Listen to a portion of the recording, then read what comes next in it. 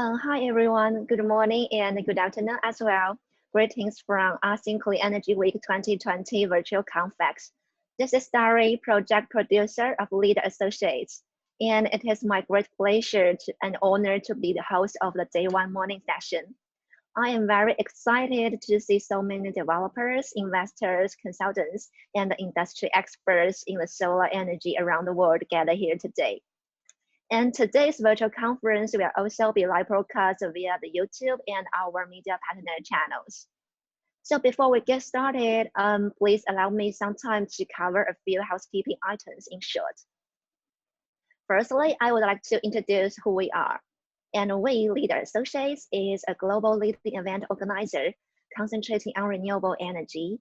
And in the past years, we have hosted events across the Asia Pacific, South America, Africa, and Europe as well. And secondly, please kindly find today's brief agenda on the slides. In the morning session, we will go through the welcome talks from the Senate of the Philippines, Aqua Power, and then following the Clean Energy Ministry opening talk. And after that, 100% Renewable Summit 2020 will bring energy producers and energy buyers together face to face. And thirdly, I would like to remind you that our one-on-one business meeting has already opened on the event platform, and it is available to all the speakers and the delegates with the advanced tickets. So you can find the function on the top of the your virtual platform menu, and please take your time and explore more partnership. And at last, all the audience are welcome to raise questions to our speakers through the QA box in your control panel. And we will select like 1 or 2 questions to answer after their presentation if the time allows. So much appreciate your attention and patience. And this is all for the guidance. And as you may know, this year is the 5th year that we held an event in the Philippines. And this year is that under the impact of the pandemic, we moved this event online and truly honored we could have the wide support from the ASEAN governments and also the support from both home and abroad. So now let's begin with today's knowledge sharing with the welcome address by Senator Sherwin, Chairman of the Energy Committee from the Senate of the Philippines. And combined by Senator Sherwin, Microgrid Systems Act remarks a legislative form on development of the microgrid systems on undeserved and unserved areas nationwide. And hi, Ms. Sherwin. Hello. Hello. Starry, can you hear me? Yes, I can hear you. Okay, thank you. Thank you very much for your kind introduction. And first and foremost, let me thank Leader Associates for inviting me. And congratulations to this very successful event. Let me also greet some fellow public servants from the Philippines. Our good secretary is here, Secretary Alfonso Cusi, who will be giving us a much more detailed presentation on the Philippine energy sector. Let me also greet Mr. Vince Dizon of the BCDA. Vince is, we call him Action Man because he's also in charge of our COVID testing program in the Philippines. So he's not only a business leader, but also a testing czar here in the Philippines. And we owe him a lot of gratitude for getting us out of this pandemic. And let me also greet a friend, Sebastian Quinijones of the Philippine Shell, of Filipina Shell Foundation. And again, let me greet all the fellow speakers for this morning. Let me just share my screen. Sure. Okay. Can you see my screen? Starry?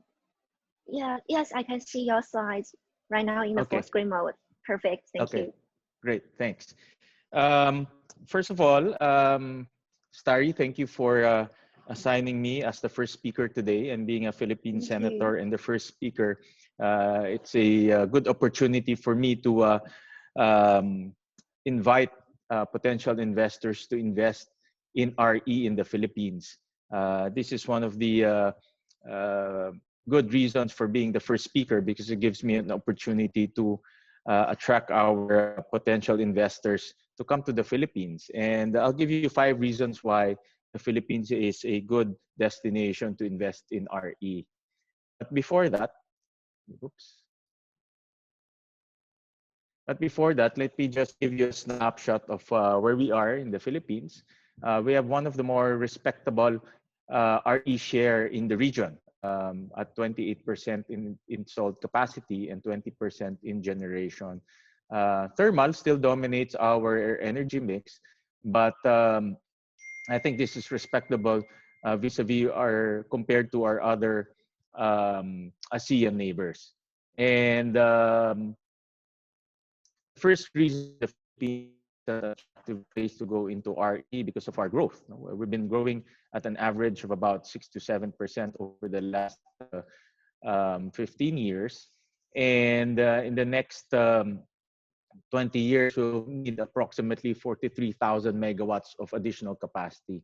And we already adjusted this for COVID and for the dip in demand. But we truly believe that our fundamentals are quite strong. And after the pandemic, hopefully in the next months, because I heard that the vaccine will come out in the next few weeks, a sharp rebound in our economy will be experienced. And with that, a sharp rebound in electricity demand will be seen in the Philippines. So we will need approximately 43,000 megawatts. And we're truly blessed, no? Because we have about 31,000 megawatts of potential capacity when you talk about RE. And this will come in the form of hydro and solar. Of course, if we compare ourselves to our friends from located in the Mekong River, we're actually, this is quite small. But then again, we're quite blessed with solar, with wind, and other potential energy sources. We're now the second biggest geothermal producer in the whole world, actually. And but moving forward, we have a potential of 30,000 megawatts of potential RE, enough to power at least 2/3 of our requirements. Third reason is, and this is a slide from Bloomberg New Energy Finance. This slide basically says, on your left side, with the old coal and old gas power plants, it's very difficult for RE to compete. But with new coal and new gas-powered power plants, solar and wind can compete, and it will reach parity sometime around 2020 to 2025. And if you see the red line is basically comparing new coal versus wind and solar. And you can see that parity with solar versus new coal is around 2020, which is around this time around. And for new coal versus wind is around 2025. So we will get there. And the reason is the exponential decrease in prices of solar and wind. And this is Philippine cost, by the way. We're also one of the few deregulated markets in the region. The Philippines and Singapore is one of the few deregulated markets, meaning private companies can invest in some of their sector, actually in all of our sectors here in the Philippines, from generation to transmission to distribution all the way to supply. So this is purely private driven in the Philippines. And because of our size, we attract a lot of foreign investors, especially in the realm of generation. So this is a good place to invest because competition is very lively, and with competition you have innovation. So we see a lot of new technologies coming into the market also. We're also one of the complete in terms of renewable energy laws. We're now in the midst of drafting several pieces of legislation that will complete the whole suite. Later on, I'll explain about our electric vehicles grid law in the middle of debate and finalization. But for renewable energy, energy efficiency and green jobs are already complete. In fact, our renewable energy is one of the most robust laws that has driven the increase in adoption of renewable energy in the Philippines. And lastly, and this is a welcome pronouncement, and Secretary Cusi can elaborate on this later on, but he announced, and the Department of Energy announced, a moratorium on new coal-fired power plants. This is an offshoot of the pandemic, where we realized that flexibility is very important, because coal had problems in competing when the abrupt decrease in demand happened in the Philippines. At the same time, it's also a good opportunity to um, usher in more nimble, smaller, and flexible power plants um, in the Philippines. And hence, uh, solar and wind will be the perfect fit for flexible power systems. So these are the 5 major reasons why the Philippines is a good destination for RE investments. And just to share with you some of the laws that we have enacted so far, we have enacted the Renewable Energy Act, the Green Jobs Act, the Virtual One-Stop Shop Act, which will eliminate red tape in the energy sector, the Energy Efficiency and Conservation Act, and now we're in the middle of finalizing the Electric Vehicles and Charging Station Act and the Microgrid Systems Act. I'll discuss in brief what are these laws and some of the laws that we plan to enact. The Renewable Energy Act of 2008 is one of the most important laws in the realm of renewable energy. And basically, it provided mechanisms for the adoption of renewable energy in the Philippines. It also provided fiscal incentives.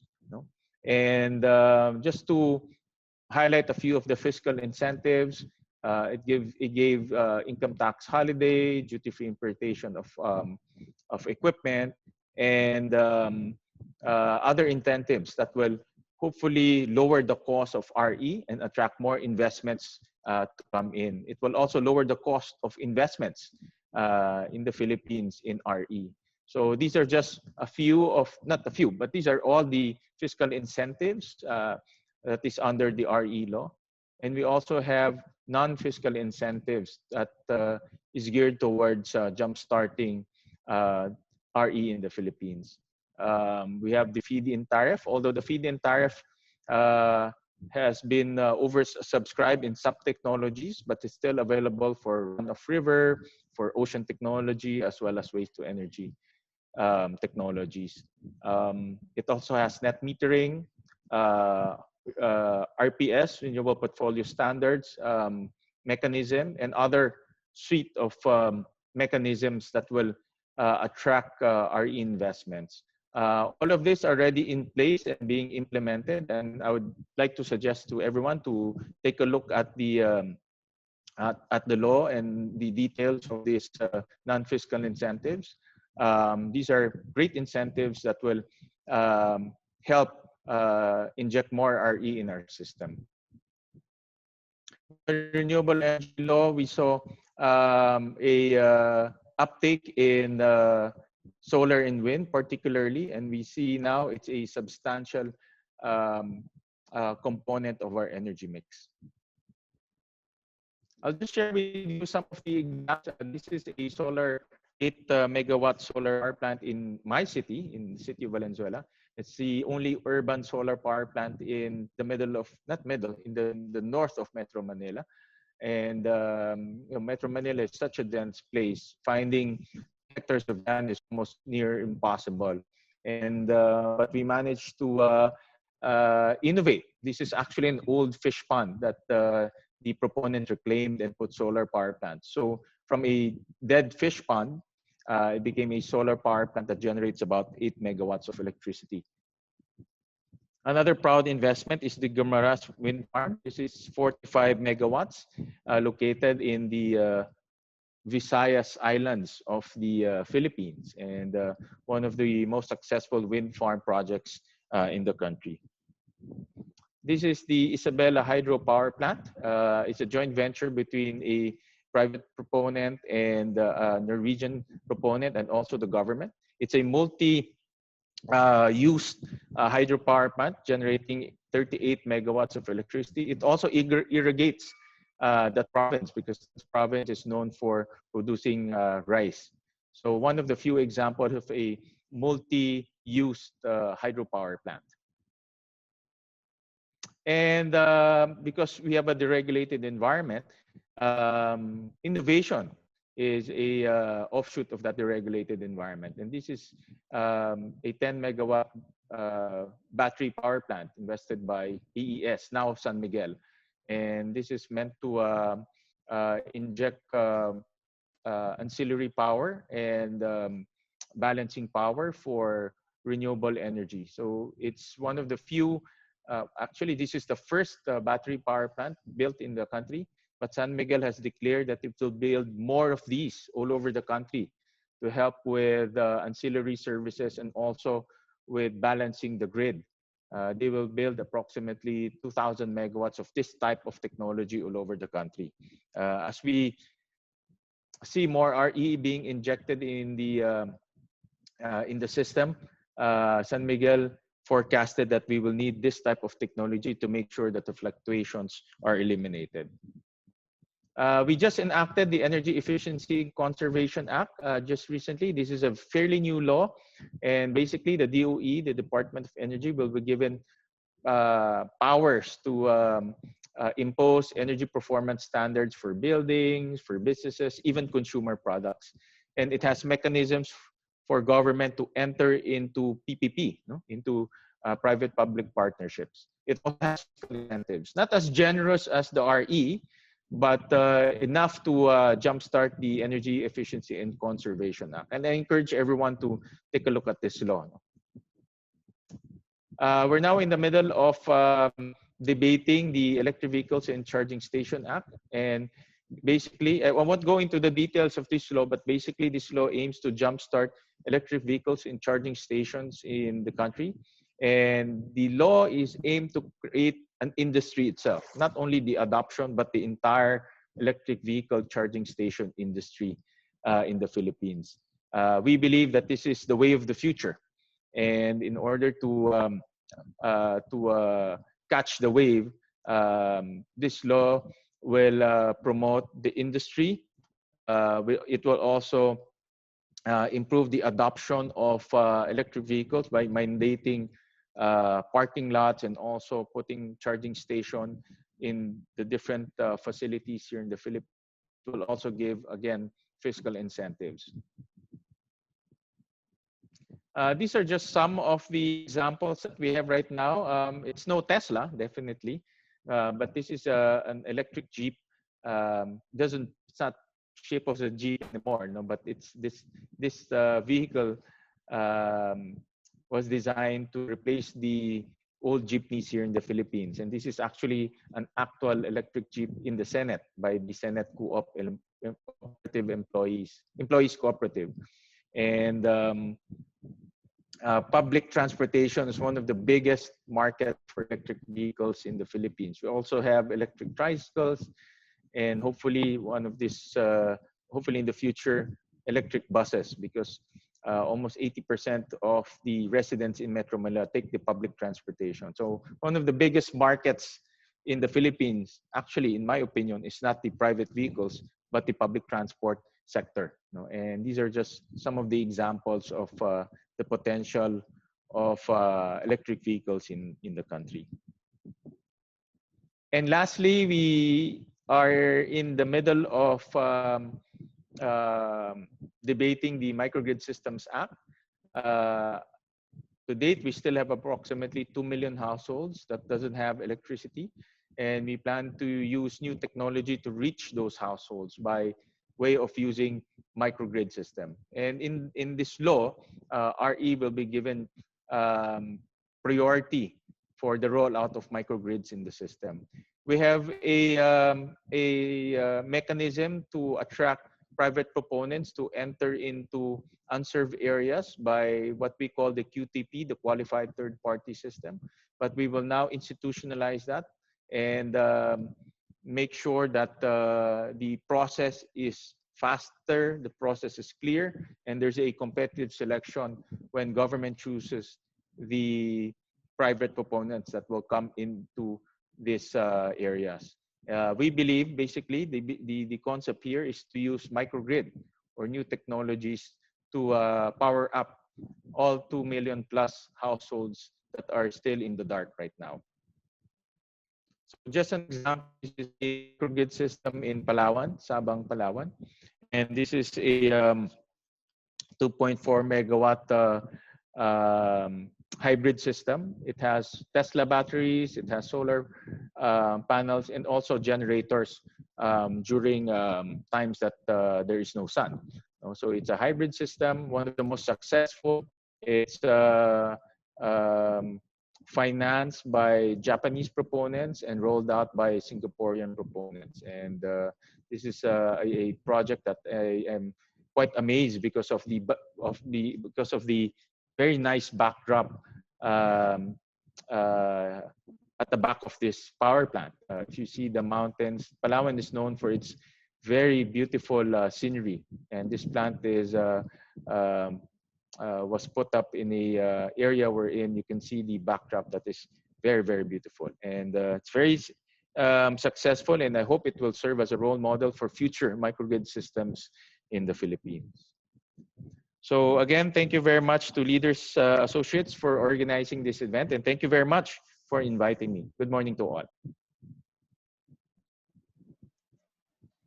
Yeah, thank you so much, Senator Sherwin. Yes, thank you so much for giving us the 5 reasons why investing in the Philippines and the regulations and the recent projects about the microgrid also. Yes, thank you so much to give us a wonderful beginning of the event. And it's an honor to have you here, and you can still wait in the room and watch our rest sessions. Thank you so much. Good. And next, we will welcome Mr. Rajat from Aqua Power, and he is the acting chief investment officer, and he will give us a significant welcome address from a more international view. And Mr. Rajat is responsible for Aqua Power's global growth in bringing together the multiple locational and the multi-functional skills. Hi, Mr. Rajat. Yeah, good morning. Good morning. Yes, thank you very much. And it was lovely to, first of all, allow me to congratulate and thank my previous speaker, Senator from Philippines, for a lovely introduction to Philippines and setting very much the tone for the investors and other stakeholders to look forward to more of renewables in Philippines. Having said that, I would first of all say good morning to all the viewers. Thank you for taking the time. And I will, from my side, talk a little bit about the global context of renewables and set the tone for the rest of the day, because I know there are discussions on different countries in the context of ASEAN region. So rather than be specific and speak about one specific country, I would rather use the time to set the global context of the energy transition that all of us are witnessing. Okay. Having said that, let me start with a few slides that I have prepared for the benefit of all the viewers here. Let me, yeah. 1 second, just, okay. So let me now, let me very much put the context by talking about how the world is moving towards a cleaner energy. The new mantra, the new buzzword in the overall world is all about decarbonization. Setting the global context here, let me go through a couple of benchmarks here and a couple of data points that will let people understand how we are transitioning into the renewables world. First and foremost is to identify that the year 2020 has been a unique and exceptional year in the context of the pandemic. An event once in 100-year, once in 200-year event that has that the world has faced, and one would have intuitively thought that it would, in the context of the economic recession that most of the world is facing, we would have also seen investments in the renewables also tanking to the same extent. Very interestingly, what we have seen is in the first half of 2020, and this is statistically now available, the investments in renewables have actually gone up year over year by 5%. In fact, in the first half of 2020, we have seen globally about 137 billion US dollars of new energy investments. Renewable energy technologies actually have added more new power to the overall global grid than fossil fuel plants. And if you were to dichotomize the renewable versus the non-renewable part of the energy that is added, one comes to the conclusion that in 2019 calendar year, renewables accounted for 54% of the new capacity additions globally. What is now an established fact is that renewables are the cheapest source of new bulk electricity in countries which are representing 2/3 of the global population, or about 72% of the global GDP. Let us spend a few minutes very quickly discussing about the new paradigm for the clean technology. Solar and wind technologies remain the most dominant technology across renewables. But while solar and wind technologies remain the most dominant, the biggest pocket of growth within renewables has actually been seen in the area of battery storage, which is the lithium segment, solar, concentrated solar plants, and offshore wind.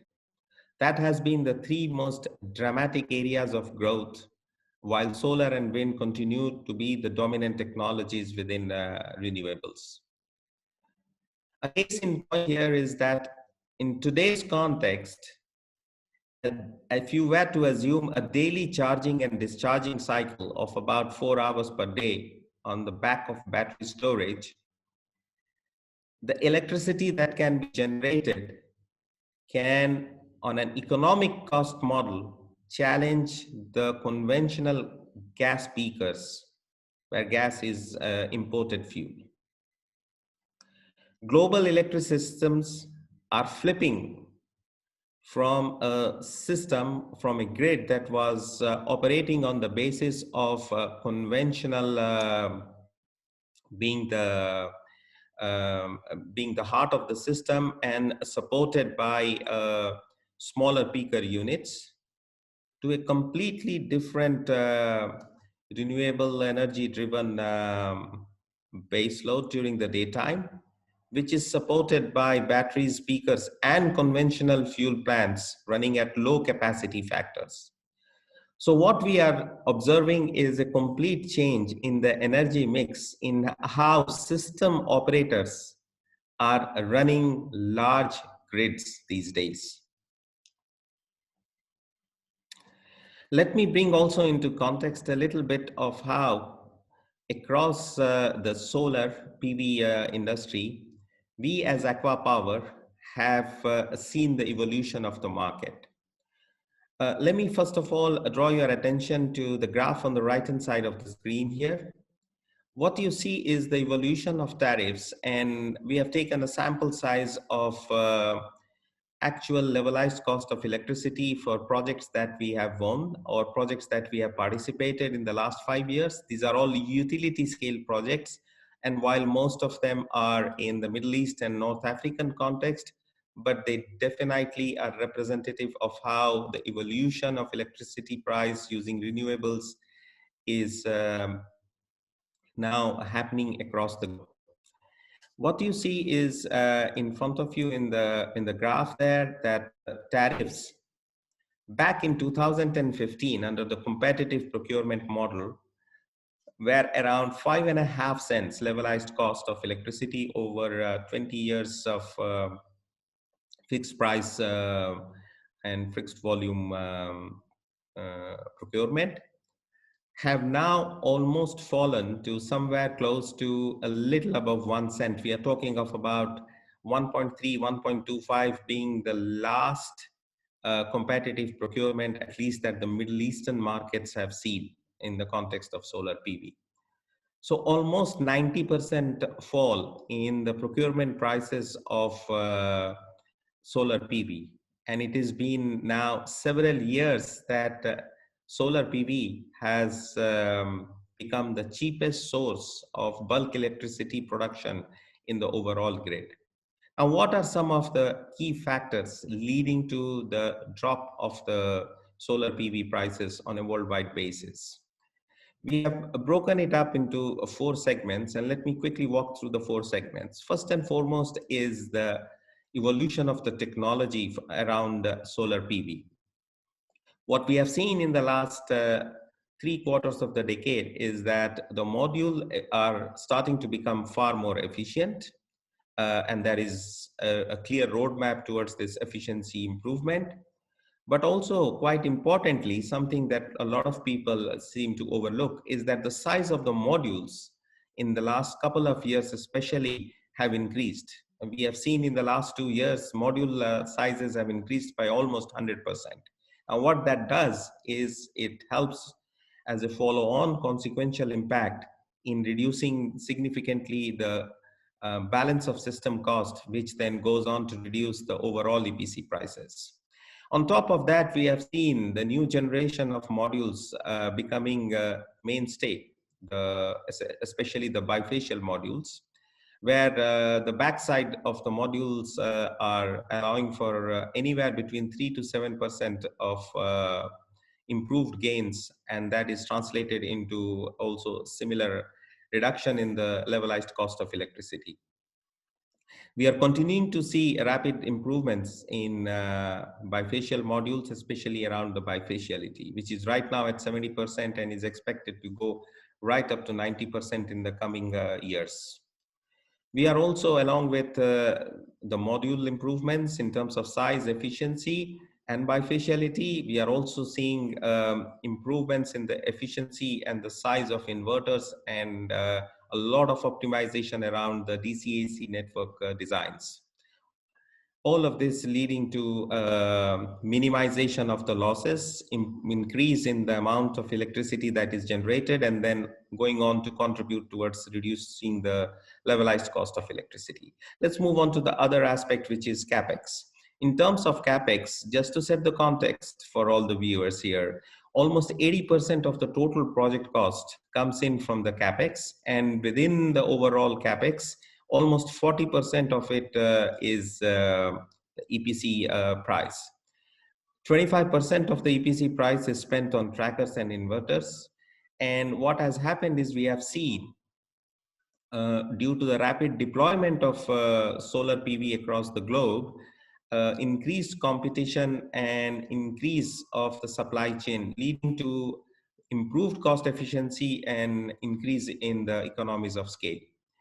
As an example, we have seen in the last 5 years, module prices have generally fallen anywhere between 60 to 80%, depending upon a little bit of fluctuation in the commodity prices.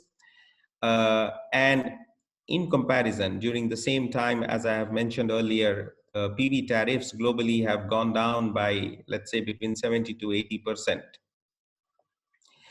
Moving on to the third aspect of the optimization and improvements in the world of solar PV, let's share a few words around the O&M cost. O&M costs are becoming more and more competitive, and O&M costs in general contribute to about 20% of the levelized cost of electricity. The O&M costs single biggest reason for reduction in the prices is the adoption of digitization and automation. We will continue to see less and less people involved in the operations and maintenance of solar PVs. In fact, use of satellite imageries, use of drones, use of a lot of robotics in cleaning and so on and so forth are now very common phenomena in the European, American, and at least in the Middle Eastern context. All of this has led to almost a 70% reduction of O&M costs in the last half a decade. Last but not the least is financing costs. And I think what has happened um, for the world of financiers, we have seen two evolutions. First, the old classical banking markets have now adopted PV as mainstay from a technology risk perspective. And in terms of their comfort, they have seen the last one decade of, let us say, enough examples of performances and track record for solar PV projects. As a result, what has happened is the risk appetite has gone up. Risk appetite has gone up, which means that the cost of borrowing for solar PV projects have gone down, and this has contributed to greater competitiveness. On top of that, we now see new pockets of liquidity, especially all of the transition that is happening in the world of investments, where fund providers are putting ESG as one of their important targets.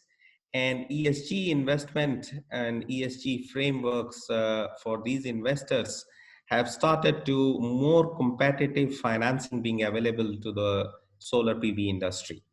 All of this together have led to a significant reduction in the cost of risk premiums for financing. And on top of that, the world over the last years especially has seen all-time lows for the variable interest rates, leading to overall cost of financing reducing significantly for the renewables.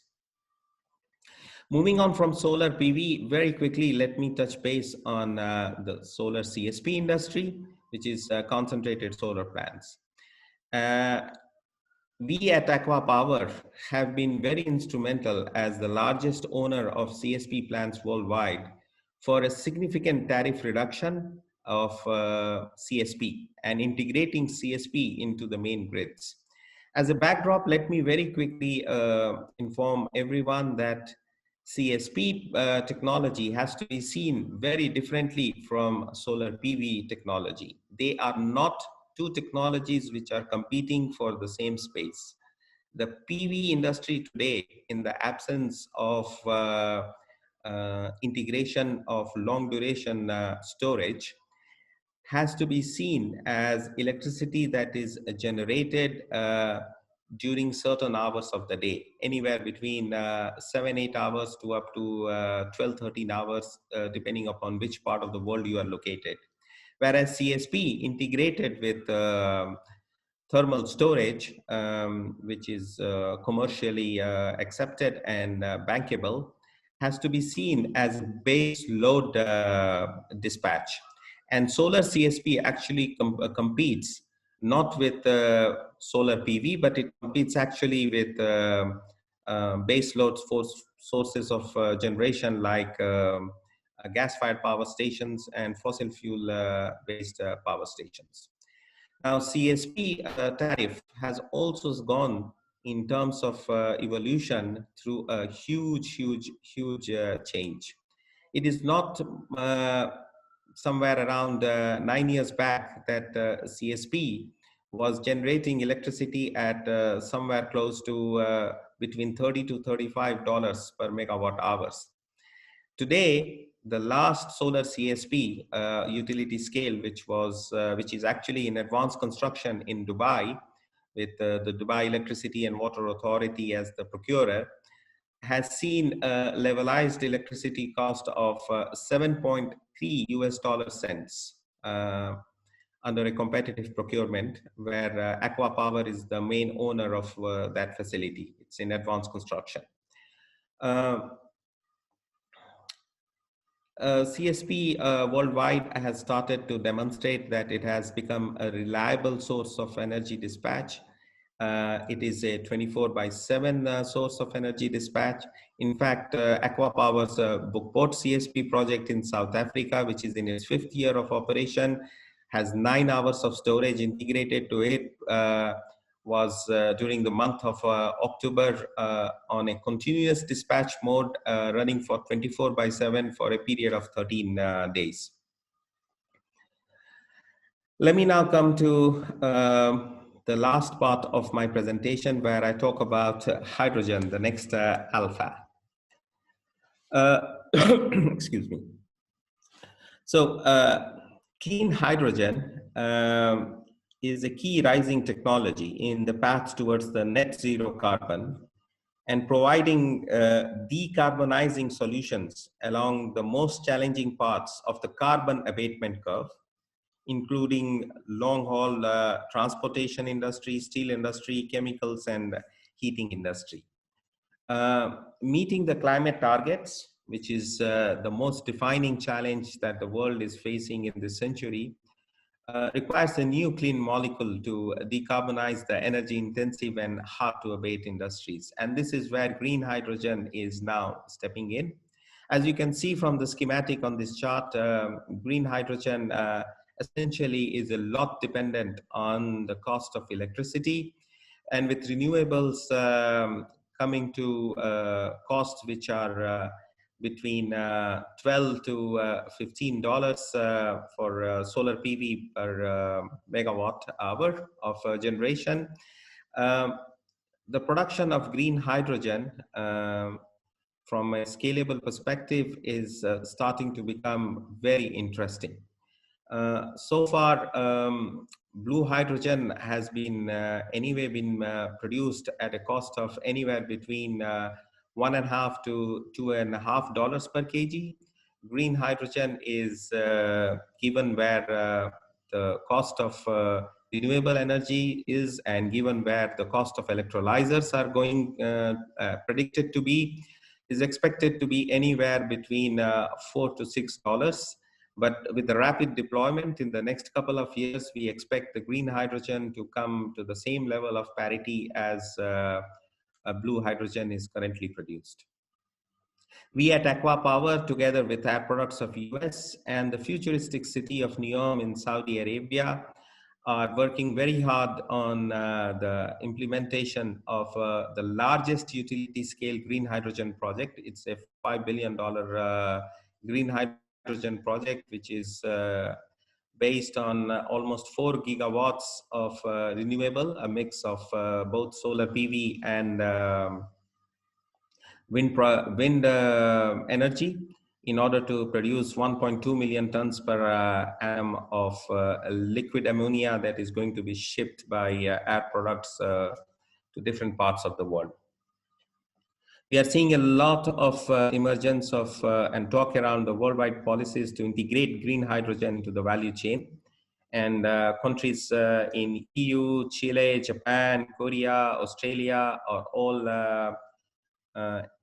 rapidly announcing from a policy and a regulation perspective, creating the right environment for the rapid deployment of and for the rapid adoption of hydrogen economy.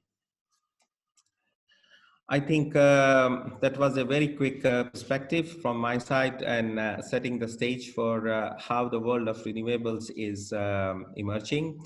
I know I'm short of time, so I will skip a little bit, a couple of slides that I had for Aqua Power, but just in 30 seconds to summarize, we are one of the largest developers in the world. 40 gigawatts approximately of a portfolio across different technologies. Renewables are approximately 20% of our overall portfolio. We are the world's largest desalter, 5.8 million cubic meters of desalination capacity, $60 billion of assets under management. We are present in 12 countries right now. Hopefully we'll get the opportunity to enter the 13th country, being Indonesia, which very recently auctioned the first rounds of renewables for 4 different sites, including 2 floating solar sites, where 3 out of the 4 auctions have demonstrated Aqua Power's tariff being the most competitive. We are going through an adjudication process right now. But what we have seen in Indonesia, I think, is very clear that renewables are here in the long haul in the ASEAN countries. And the sooner the government put the regulatory framework and invite the public-private partnership framework to come and deliver on these deployments that are required in those countries, the sooner we will see the acceleration of renewables in these countries, and also competitive procurement being established in these countries. On that note, I'd like to thank all the viewers and hand it back to the organizers. Thank you so much, Mr. Rodert. Thank you so much for your welcome address. And yes, sincere sorry for the time issues caused, and I have to quickly move to our next session. Yes, and the next session is our clean energy ministerial talk. So this session has gathered the ministers from the governments in the Southeast Asia to talk about how to accelerate the full electrification in ASEAN with green and greener power mix. And Ms. Mona Lisa will be the moderator, and she is presently the chair of the Philippine National Renewable Energy Board. And she is also a partner in the JPS law and is responsible for the innovation in the legal services. Now, I will turn the microphone to Mona Lisa, and at the same time, sincerely welcome all the ministerial speakers. Thank you, Starry. Good morning, everyone. We would like to thank the organizers for putting together this very esteemed panel for this morning, talking about nothing more important, I think, than accelerating renewable energy in the ASEAN region. So this is truly a very important morning, and we have gathered nothing but the decision makers, the best decision makers in the region. So just very quickly, because I'm also mindful of the time, acknowledging the presence of course, I think Senator Gatchalian is still with us. And then from the Philippines, we will still hear from Department of Energy Secretary Alfonso G. Cusi. From Thailand, we have Dr. Towarat Sutabator of the Ministry of Energy. From Malaysia, we will hear from Engineer Abdul Rahim. From Myanmar, we will hear from Dr. Marlar Munyut. And from Indonesia, we will hear from Dr. Sampe Purba. So without further ado, let me introduce our first speaker for this morning. Dr. Towarat Sutabator is currently the Chief Inspector General of the Ministry of Energy of Thailand. Throughout his career, he has worked on various range of topics concerning public policy and management, but really focused on the area of macro energy economics and transition, particularly climate change scenarios and job creation campaign in the area of renewable energy and energy efficiency. He has also been very much immersed in the area of international cooperation, as he headed the Thailand's team in many multilateral frameworks such as ASEAN, the United Nations, the International Energy Agency, and APEC. In June 2020, he was nominated to the governing board of the Renewable Energy and Energy Efficiency Partnership, or REAP, an international organization based in Austria.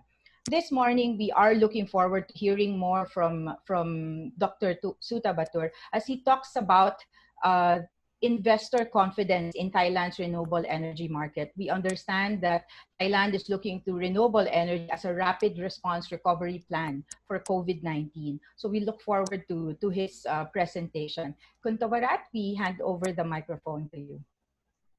Thank you very much, Mona Lisa. Thank you very much. And first of all, I would like to thank the Leader Associate for inviting me to present on this very timely conference. I have a presentation to make within my 10 minutes slot, just to brief you about the development in Thailand. Right now, Thailand has, next please. Next slide, please. Well, my presentation will have 4 points that I would summarize the energy situation during the COVID-19. And also my highlight is to brief you about the recent development of our power development plan. And then thirdly, I would touch a little bit on a notable recent developments that include the hydro-solar floating hybrid project, and also about the solar rooftop and EV disseminations in my country. Last but not least, a touch on smart grid and smart city development. And then I will leave with a few key takeaway for discussions. Next, please. Well, first of all, I would like just to amplify a little bit that the COVID-19 has done very much impact to the Thai economy. And you can see the reflection from the power demand, which has been evaporated due to the pandemic. This year, the peak demand reduced by almost 10% from year to year. And you're looking forward, it still have no sign of picking up as yet. But we do hope that by 2021, the demand will come back when the recovery plan that the government tried to inject into the economy started coming back. And we hope that the Thai economy, in which very tied up to the tourism and export industry, would pick up in the soon future. Next, please. So due to this pandemic, we have to revise our plan, especially all the energy plan that we have, because the demand has evaporated and we will end up with oversupply situation. So we plan to revise all the major plans that we have, in which include the power and gas, energy efficiency, the renewable or alternative energy development plan, as well as the oil supply plan in the country. Next slide, please. The new plan that we are under the revisions will incorporate the new concepts of decarbonization, digitalization, decentralization, and deregulation, as well as to electrification of the transportation modes of energy sector. Next slide, please.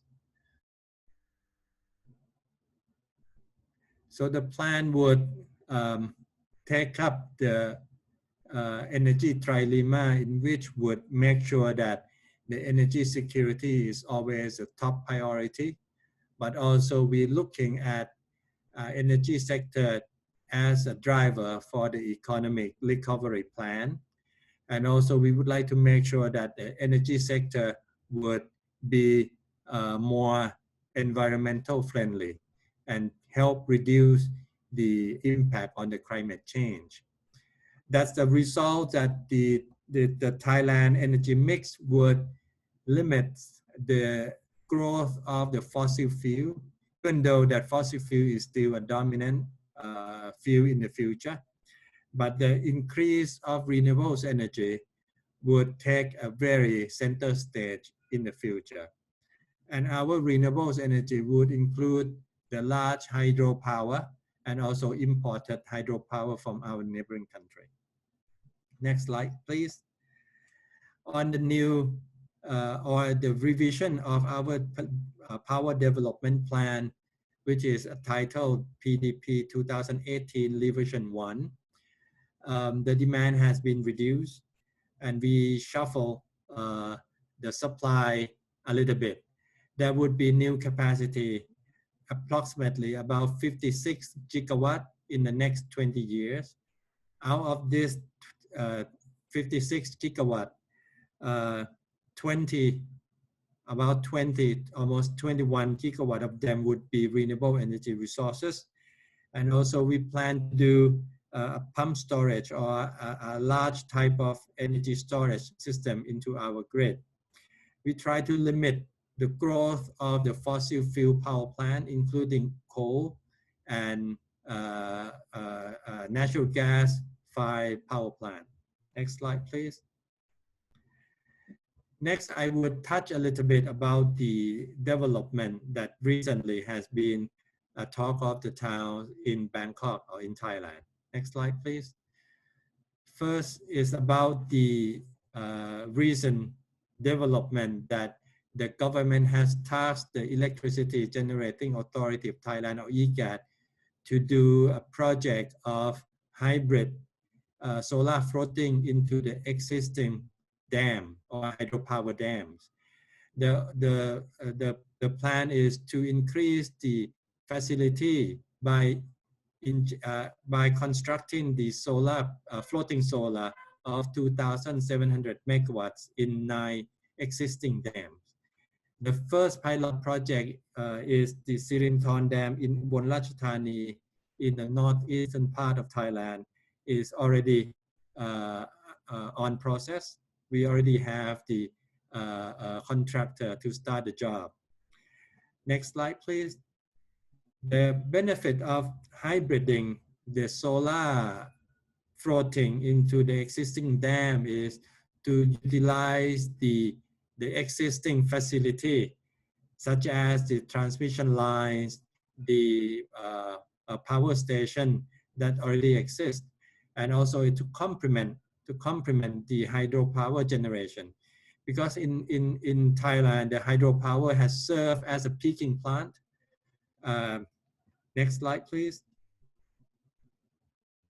In which the peaking plant normally would happen during the evening, but during the day or the day peak, we would have the solar to help reduce the peak during the day. So next slide, please. So the first project that EGAT has already bid out, we already have the EPC contractor who won the bid. Big Grim is the contractor names. They won the bid by a very competitive tariff, and the construction is already on process. The megawatts of this particular plant is 45 megawatt on a DC basis, and we hope that by mid next year it will be online. Next slide, please. Another notable development in Thailand is about the solar rooftop. The idea is to promote solar rooftop in a self-consumption manner, and we do sandboxing project to allow some power trading in between household to be a new platform for the future.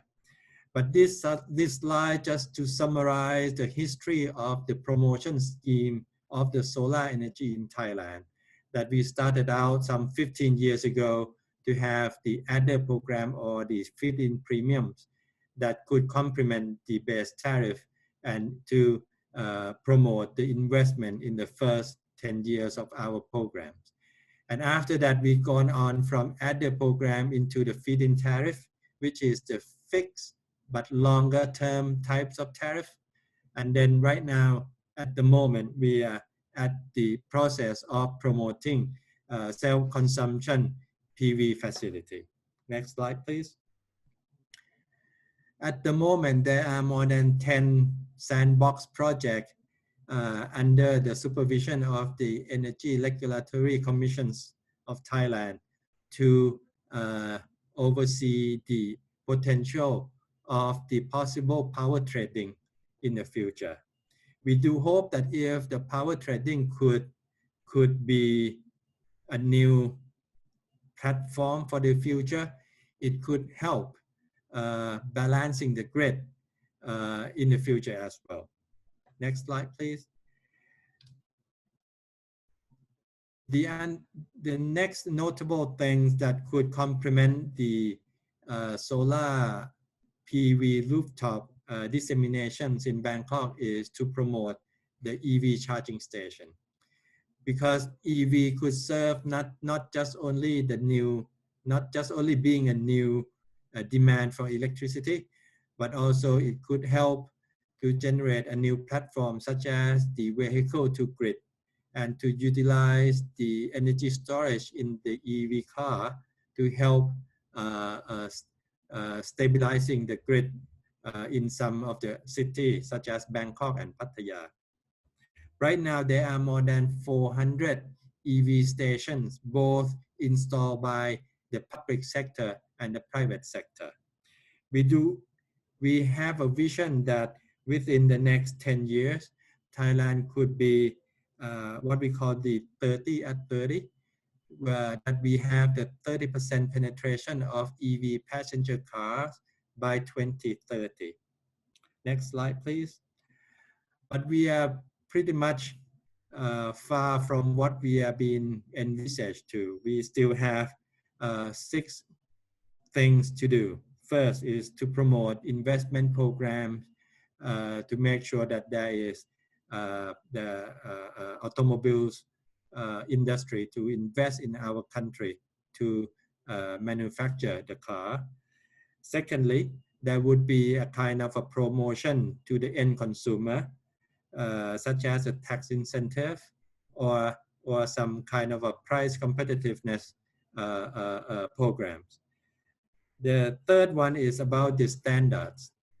There's a lot of talk about EV standard, either the European type or a Chinese type. So it's still a big debate in our country. Fourthly, we have to also promote the new management of the second life of the battery in the car. So we do believe that the recycling and the second life program for a used battery would be on stream soon. Last but not least, we have to prepare for infrastructure such as charging stations to support the EV in the future. Next slide, please. And you could see that from the solar rooftop power trading and the EV programs that currently on process in Thailand could be complemented by the idea of smart grid. The smart grid would help to be a new platform for some of the major cities in Thailand. So we plan to have a smart grid as a backbone of a newly promoted program on the smart city. Next slide, please. At the moment, we have set up the National Steering Committee to promote the smart city development. And right now, we have about 30 cities that has a vision to become a smart city. And the investment in those cities would enjoy some of the Board of Investment tax incentive schemes. Next slide, please. One of the example on this smart city program is Phuket, but the implementation has been slowed down due to COVID that hit Phuket town pretty hard in the previous months. But we hope that by 2021 we could resume more implementation programs in Phuket Smart City. Next slide, please. So just to summary on my key takeaway on what is going on in Thailand right now is the pandemic of COVID has hit Thailand very hard. The power demand has been evaporated. The peak demand reduced by 10% compared to last year. However, Thailand is still very committed to the Green Recovery Program. We have revised our plan to make sure that our power development plan could be greener and smarter in the future. And we have targeted that renewable energy in the power system could reach the level of 30% by the end of the plan. And there are some notable development that could become a next new platform in the future that would include the hybrid of hydro solar floating system, the promotion of solar rooftop, for self-consumption, and also the EV smart grid and smart city program is also will be accelerated from the year to come. And that's it for me. Thank you very much. Back to you, Mona.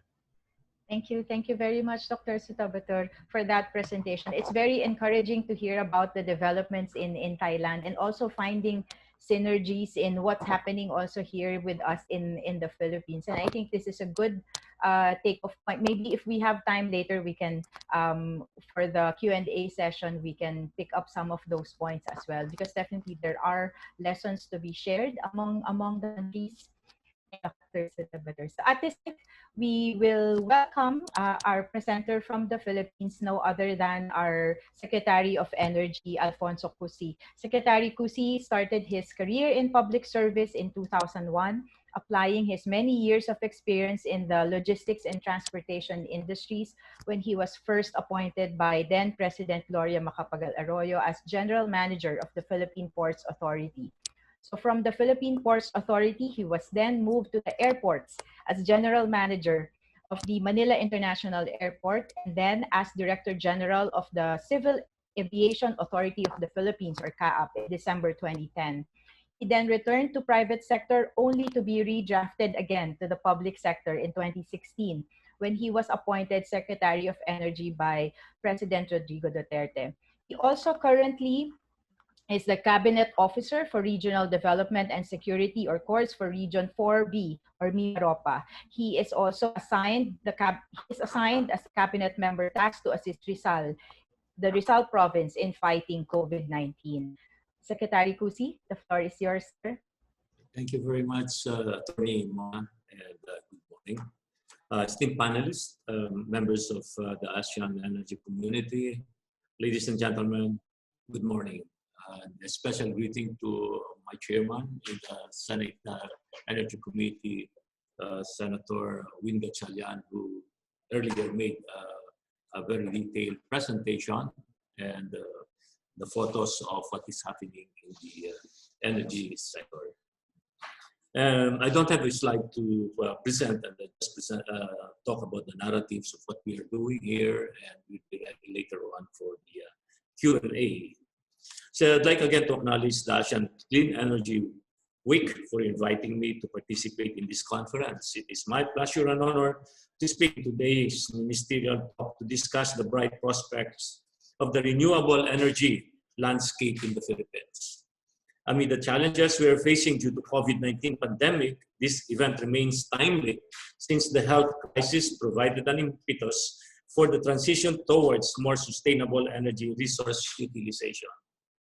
There has been global consensus on the resilience of RE in the face of the COVID-19, indicating that despite having this year loom over most of us like a dark cloud, it has been an opportune time for RE. For us in the ASEAN energy sector, the pandemic further presented us with an opportunity to review and align our respective energy policies. In the case of a developing country like the Philippines, I cannot overemphasize the urgency of integrating all viable sources of energy into our power mix. Our country is hungry for power, and we must act immediately to bridge any gap and prevent any threat of energy supply shortage from taking place. Before I delve any deeper, some of you may find it ironic that I still have my reservation regarding the Paris Agreement. This is not because I do not value sustainability. As you will hear from me shortly, there's nothing more important than building a sustainable energy future for us. My reservation, however, stems from the fact that the Philippines is not an instigator of climate change. Rather, our country is among the victims of climate change, years and years of climate injustice brought about by the decisions and economic activities of bigger, richer, and more developed nations that were able to pursue rapid industrialization with reckless abandon. This has left a country like ours at the receiving end of the global consequences of their decisions. We find ourselves at this delicate crossroads of balancing the need to fulfill our energy requirements without sacrificing the future of the coming generations. Nevertheless, while the Philippine Department of Energy has initially embraced a technology-neutral policy, our periodic assessment of our energy requirements is paving the way for innovative adaptations in our strategic policy direction to help us attain energy security. Among our recent policy changes include, number one, opening of our geothermal sector to greater foreign investment, allowing 100% foreign participation in large-scale geothermal projects. Under the third open and competitive selection process, or what we call OXP3, foreign companies may now be allowed to participate in geothermal exploration, development, and utilization activities so long as these are large-scale, meaning they have a minimum investment cost of about $50 million and are pursued under financial and technical assistance agreement as provided by our Constitution. We also decided a moratorium on the endorsement of greenfield coal-powered power plants. The Philippines needs to move towards a more flexible power mix to help build a more sustainable power system that is resilient to structural demand changes, while being flexible enough to accommodate new, cleaner, and indigenous technological innovations. Number three is the approval of our President Rodrigo Roa Duterte of the Philippine Department of Energy's recommendation to lift the suspension of petroleum activities and resume exploration in the West Philippine Sea.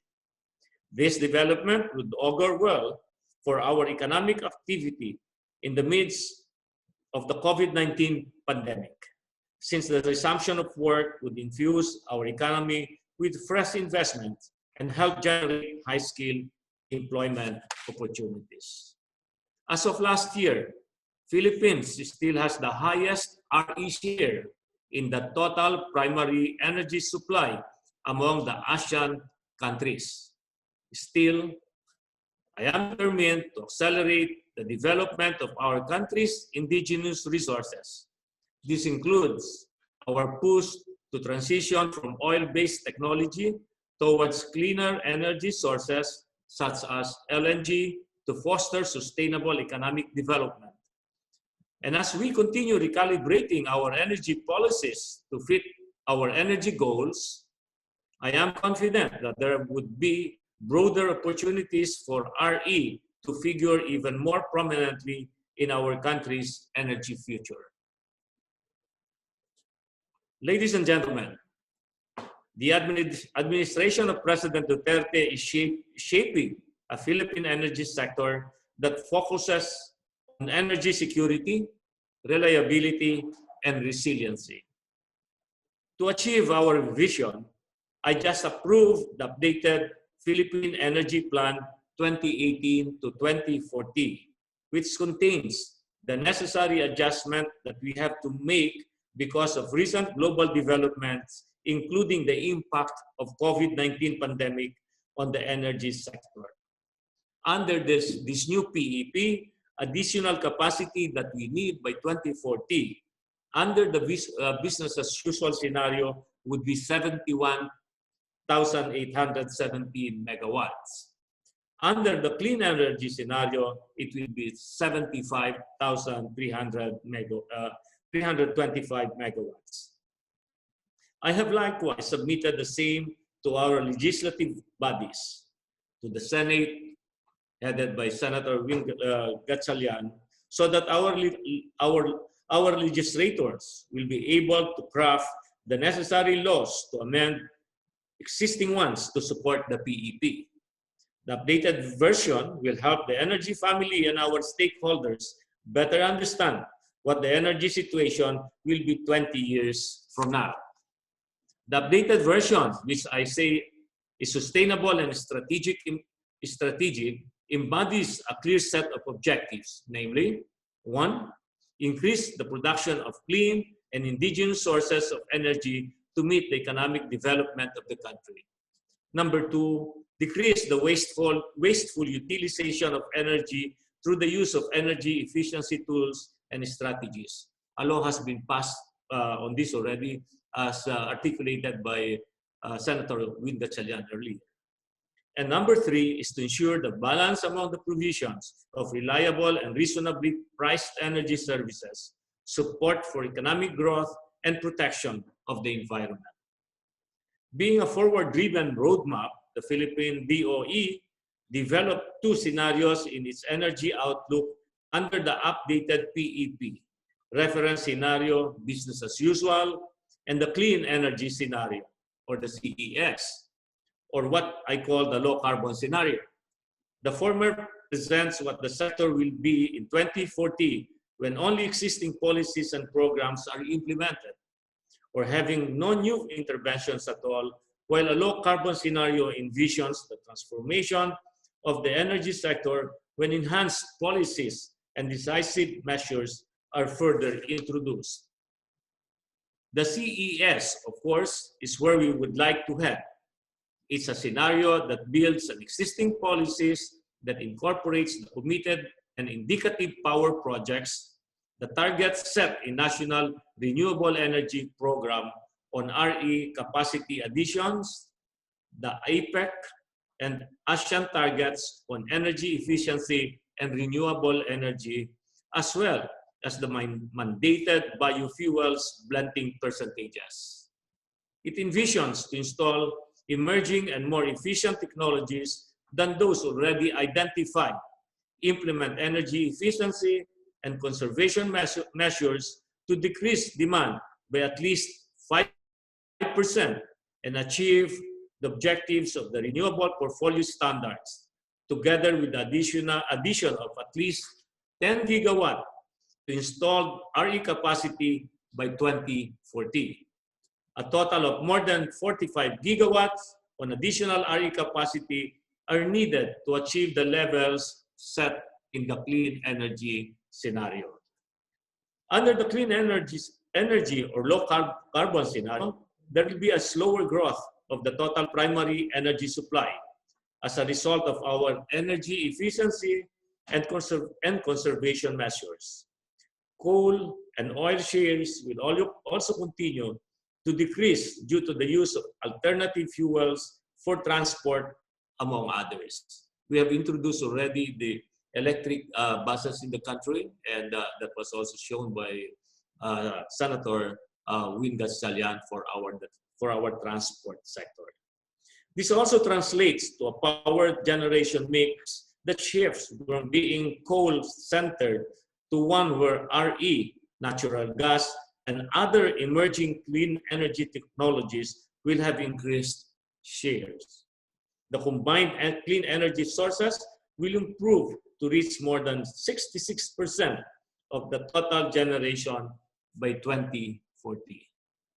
Specifically, let me share with you that we are currently prioritizing the issuance of our National Renewable Energy Program 2020 to 2040 to achieve the envisioned target of around 34,000 megawatts of renewable energy installation by 2040. For the remainder of my term, which is coterminous with President Duterte in June 2022, I am fully committed to faithfully implement the Philippine RE law, which was passed in 2008 under a different administration. Towards this end, I have ordered a periodic review of the law to see where we are in terms of implementation and find stronger ways to promote our indigenous renewable energy sources. Ladies and gentlemen, the Duterte administration is actively pursuing all these initiatives, especially the opening of our energy projects to foreign capital so that we can ensure a future that is greener and sustainable. As I have mentioned at the start of my speech, our periodic assessments of our country's energy requirements has paved the way for innovative adaptations in our policy directions.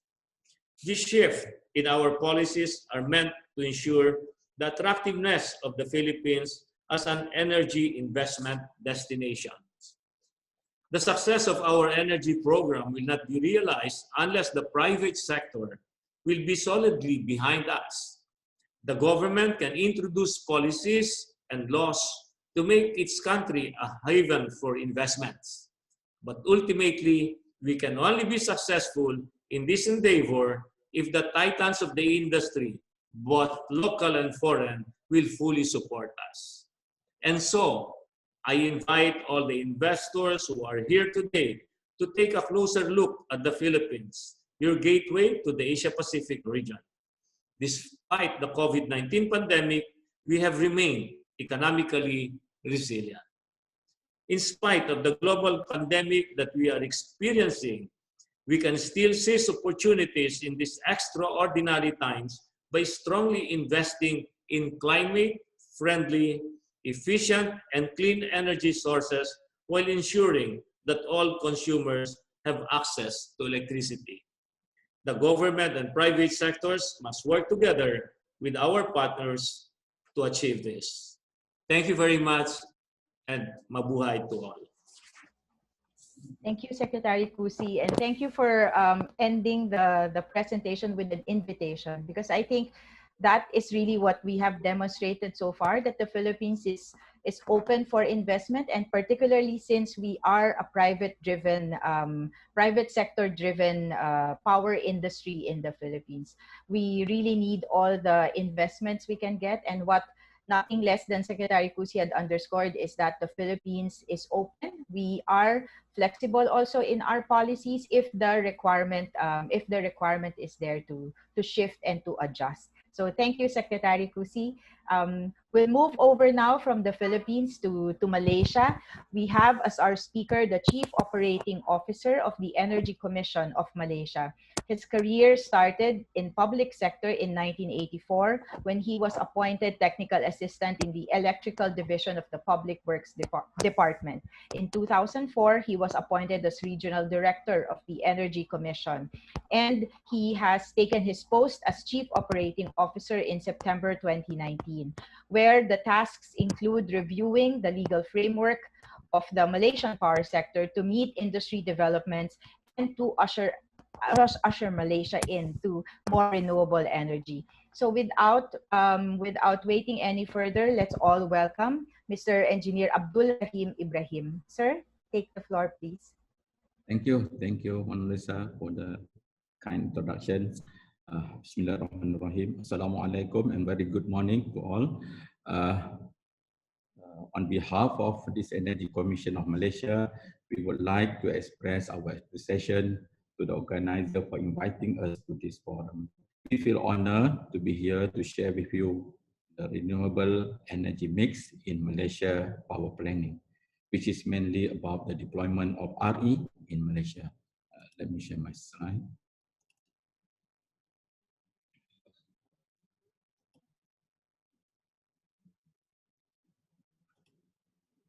Okay. Can you see my slide? Yes, sir. We can see it. Yes, we can. Okay. Okay. This is. I would like to share with you something about our primary energy supply versus our final energy consumption. The primary energy supply, first and foremost, I would like to share with you the data on the Malaysia National Energy Balance about the primary supply and the final energy consumption. This data of NEB was provided by some 80 agencies, which includes the government agencies, oil and gas companies, public utilities, independent power producers, cement, iron, and steel manufacturers, and many more relevant parties that involves directly or indirectly. The bar chart you see is the progressive increase in volume from 1990 to 2018 in units of energy in kilotons of oil equivalent or KTOE. As you can see, in 2018, the total primary energy supply is 99,873 KTOE, out of which 7.2% is from hydro, 41% from natural gas, 22.3% from coal, and 29.5% from the crude oil. Okay, this is some concept of national energy balance, the primary energy versus final energy consumption. The primary energy is a raw energy which we obtain either from refinery, from the offshore, from the coal, imported coal, gas, hydro, or RE. And as we undergo the transformation process to obtain the fuel to be used by the end user. So the end user is normally the domestic, industry, commercial, transportation, or agriculture. This slide shows the trend of our gross domestic product, GDP, in blue line versus the primary energy supply in brown, or maybe you see it in red, and versus the energy consumption in green. As you can see, in 2018, from the 99,873 KTOE of the primary energy supply, only 64,655 KTOE, or 64.7%, was produced as a fuel for the end user consumption. Let me put it in pointer. Okay, this is what I mean. This is the primary energy supply, but after undergo transformation, this is what you get for the final energy consumption. Okay, for the final energy consumption by type of fuel, from the 64,658 KTOE, petroleum products represents 47.7%, followed by electricity 20.3%, gas 29.2%, and coal and coke 2.8%. This is the final fuel to be used by the end user. If we look at which sector are using most or which sector is using the less, well, industry takes about 29.5% of the final energy consumption.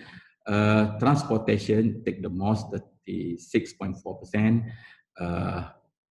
Residential and commercial 12%.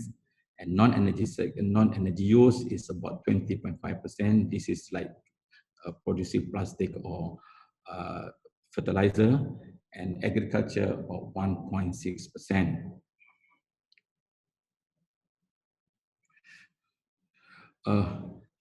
Let's look at these two bar chart.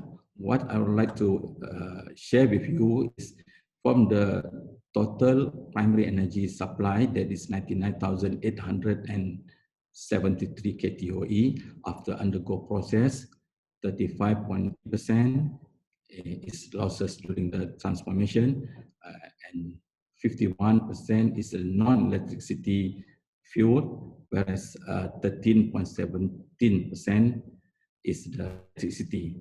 I would like to focus more on the electricity. For us to get this 13.17 electricity, we need some 38.8% of primary energy consumption, primary energy supply,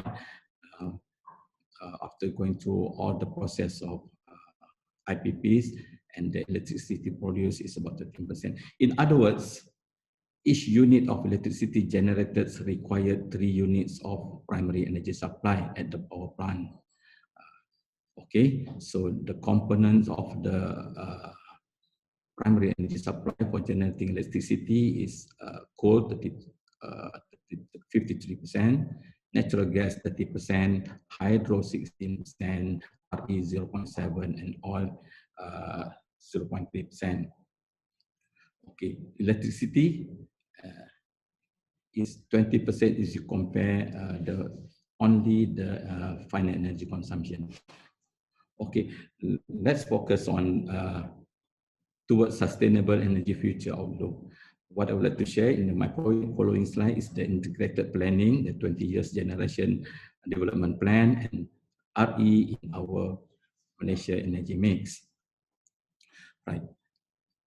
In 2019, our maximum demand is 18,566 megawatts, whereby the capacity is 46% is from the gas plant, 42% from the coal plant, 11% from hydro, 1% from solar, and less than 1% is interconnection facilities.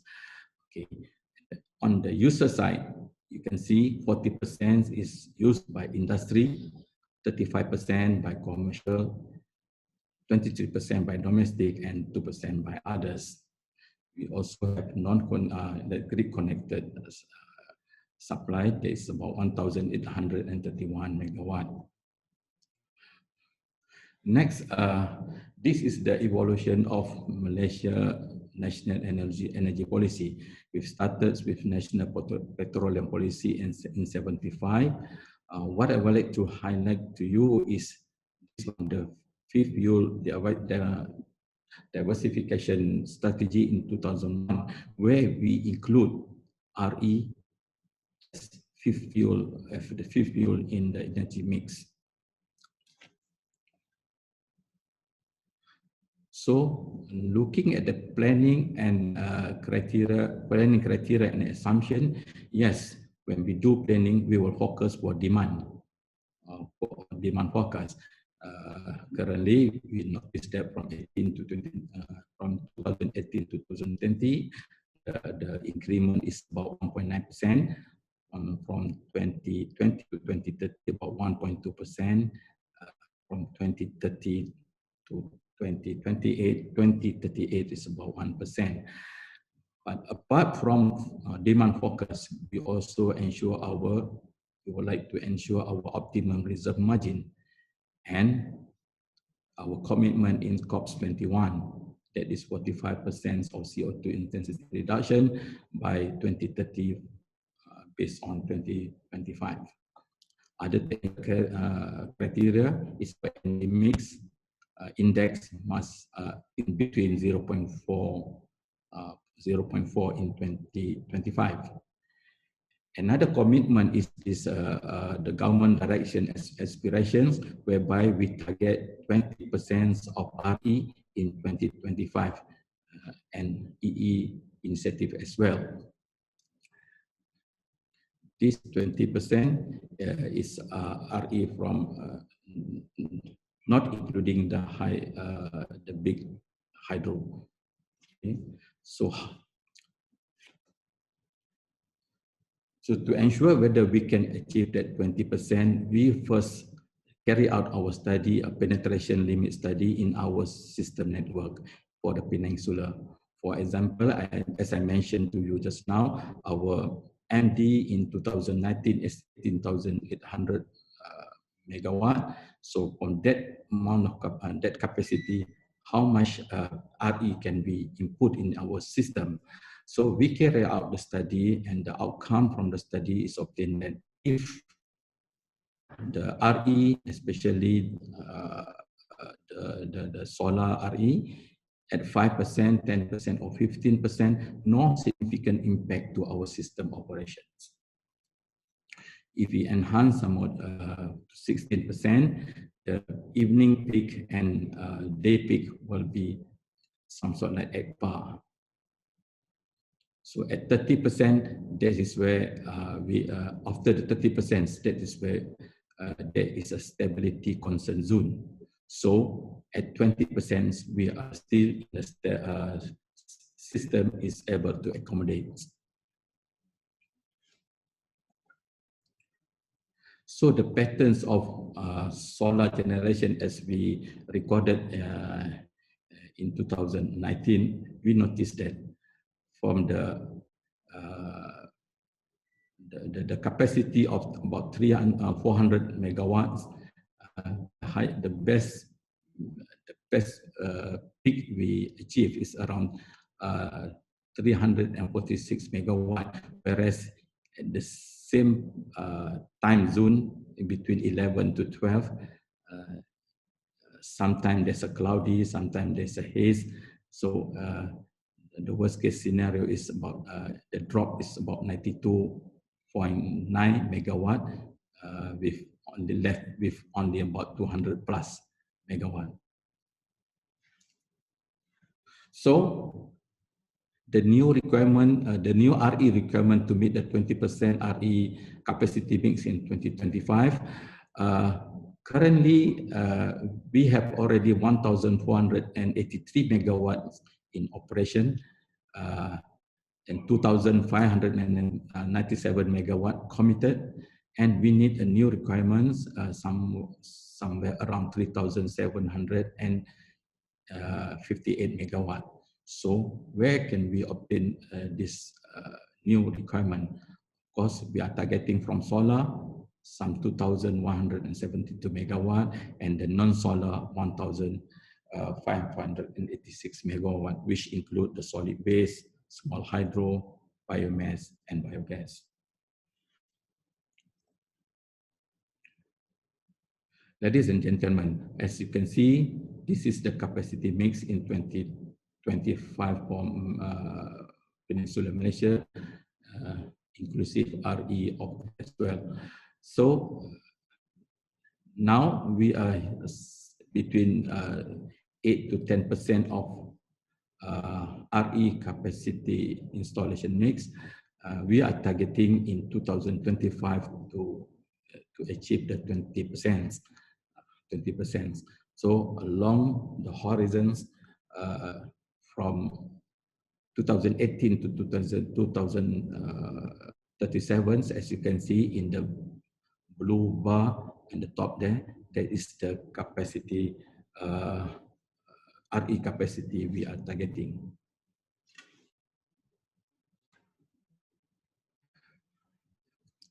Looking at this bar chart, okay, from 2014 to 2020, I would like to emphasize on the green area here, the green shaded bar. That is the solar deployment we had in Malaysia.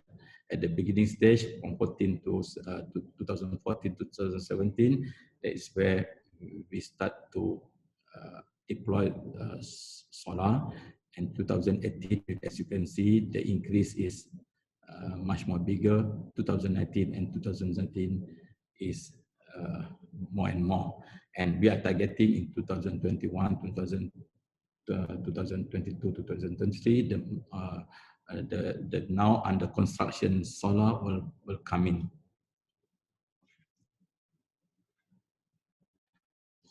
So for Penang Solar Malaysia, as you can see, this is penetration study that we have conducted. The red color, the deep red color here, you can see this is where the best position of to put on solar, okay, compared to the one in yellow. Okay, so the studies have shown where the most solar penetration could be achieved and where is lesser. In our solar PV development scheme, we have such as large-scale solar. We have undergo large-scale solar 1 procurement, large-scale solar 2, 3, and now we're in the midst of evaluating the large-scale solar 4. We also have the feed-in tariff to bring in much more RE and net energy metering, as mentioned by our panelists, and also some self-consumption. Okay, so just in a simple slide, Yes, we have completed our large-scale solar one projects, and then followed by LS2. A lot have completed. We have some still under construction. 3 is under process, and LS4 is in the midst of evaluating. So currently we have supply from solar about 1,214 megawatt, mini hydro 50 megawatt, biogas 69, biomass 104 megawatts, which is in total about 1,475 megawatt connected to our grid system. Challenges, yes, use of solar. We required land use.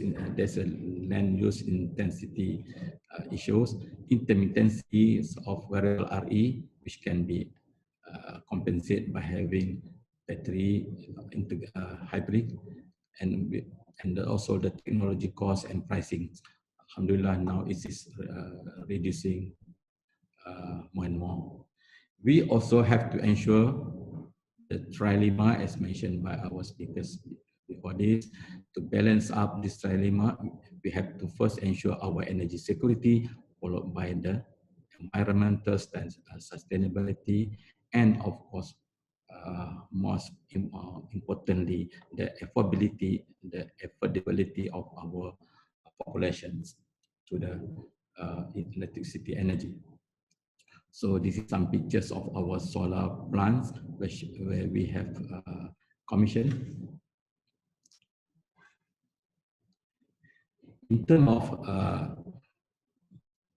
renewable energy resources, which we got from our agency SEDA for Peninsular Malaysia, as you can see, solar, we have some 137 gigawatts potential, followed by bioenergy and 2.2 gigawatt, and small hydro about 1.7 gigawatt, and large hydro some 3 gigawatt. Looking at the ASEAN maps, which we got it from ACE, hydro potential mostly will come from our neighboring country, Thailand, Cambodia, and Laos, and also Myanmar, where natural gas in the regions of Malaysia and also Indonesia, and coal as well from Indonesia. So, in conclusion, I did not talk much about ASEAN, but ASEAN has pledged to increase the components of RE in the ASEAN energy mix to 23% by 2025 compared to estimated only 9% in 2014. To reduce the carbon emission. ASEAN's member states have to set targets in the RE generation. We have seen just now Thailand, Philippines, as well as Malaysia. We have set our targets. Malaysia committed to increase our RE to 20% in terms of capacity mix by 2025. So for solar generation, with the declining of material costs and improvement in technologies, the cost per unit is becoming competitive to be deployed to achieve targets. I think, Madam Moderator, with this, I thank you very much for your observation. Thank you very much, Engineer Rahim. Thank you for the presentation. Definitely very interesting, especially looking at it from the Philippine perspective, where you mentioned that Malaysia included RE in its five fuel diversification program in 2001. And I found it interesting because in the Philippines, actually, our power sector started with renewables. So we were built on renewables, on the foundation of renewables. So different perspective, different picture that we see. There were questions for Engineer Rahim in the board, but maybe we can take up first the two. We still have two presenters, so because I'm conscious also of the time, if we have time, we'll take up the questions with Engineer Rahim if he is not able to answer it online later. Thank you, sir. We'll move on now to Malaysia. Our presenter is Dr. Marla Munyut from the Ministry of Planning and Finance. She is currently the Deputy Director General of the Directorate of Investment and Company Administration.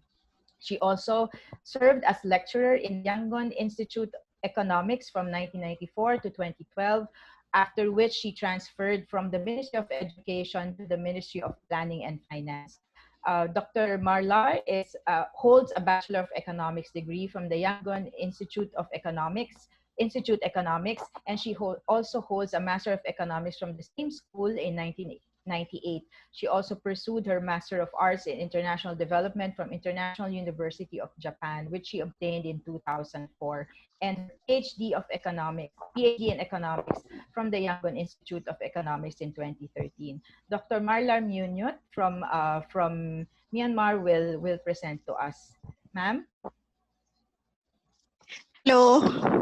Hi, ma'am. Good morning. And can you hear my Sorry. voice? Yes, ma'am, we can hear you. Thank you. Hello. Actually, I'm from Myanmar, not from Malaysia. Yes, from Myanmar. Sorry, I made a mistake, ma'am. Sorry. Okay. So, ladies and gentlemen, on behalf of Myanmar Investment Commission and Tiger, very good morning to you all.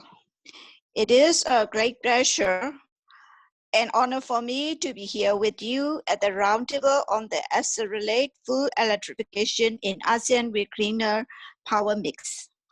I would like to thank Leader Associates and the sponsor for organizing this remarkable event.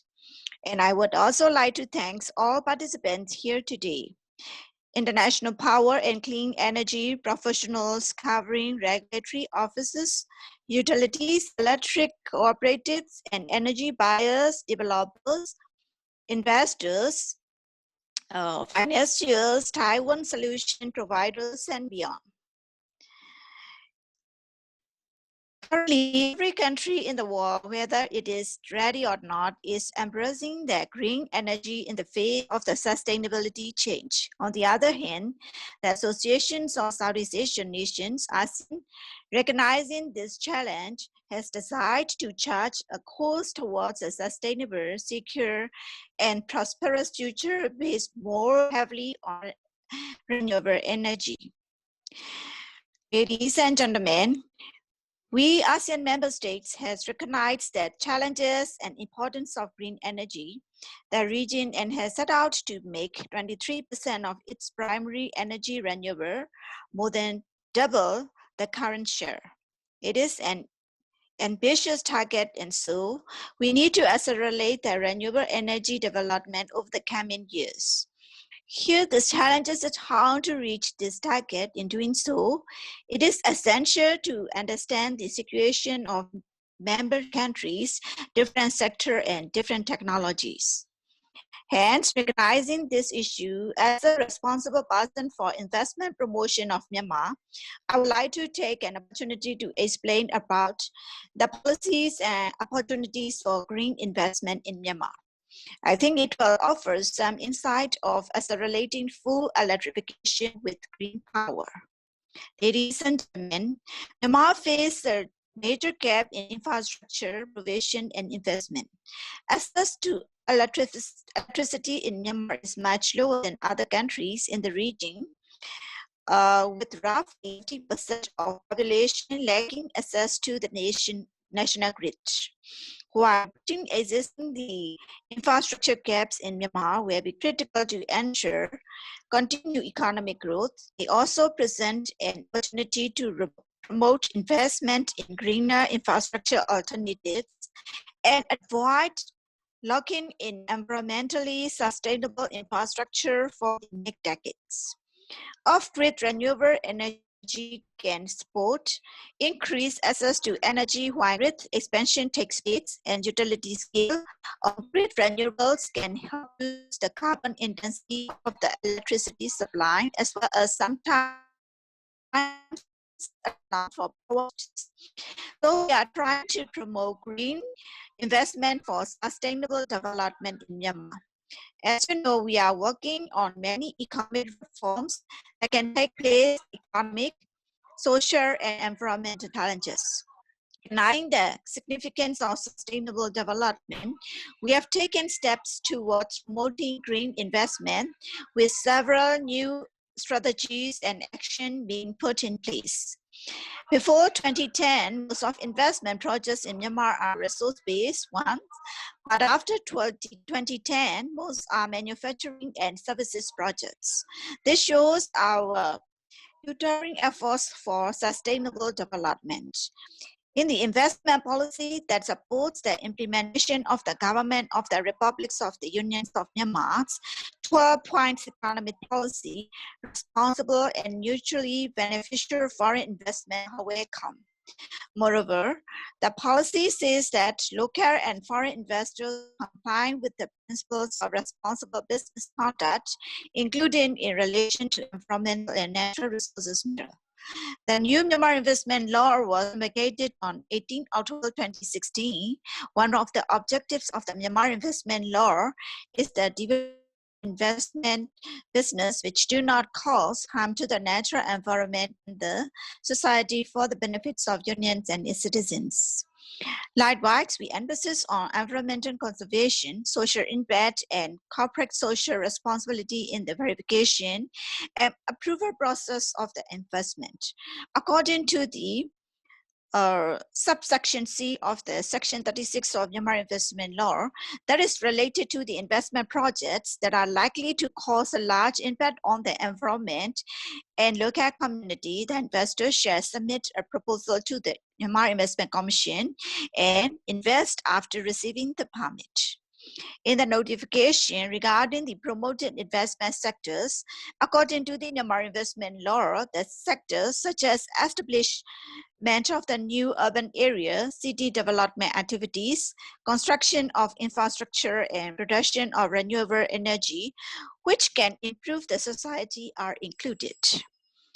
On the other hand, the Myanmar Sustainable Development Plan 2018-2030 that is structured around 3 pillars, 5 goals, 28 strategies, and 239 action plans clearly integrates environmental and climate changes and one of 5 pillars of development.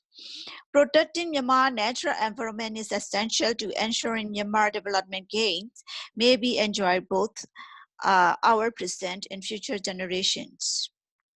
Core 5 focuses on legal, institutional, and policy frameworks required to be protect and manage our natural environment and ecosystems through strengthened conservation efforts, improved development and infrastructure planning, and increased enforcement against illegal natural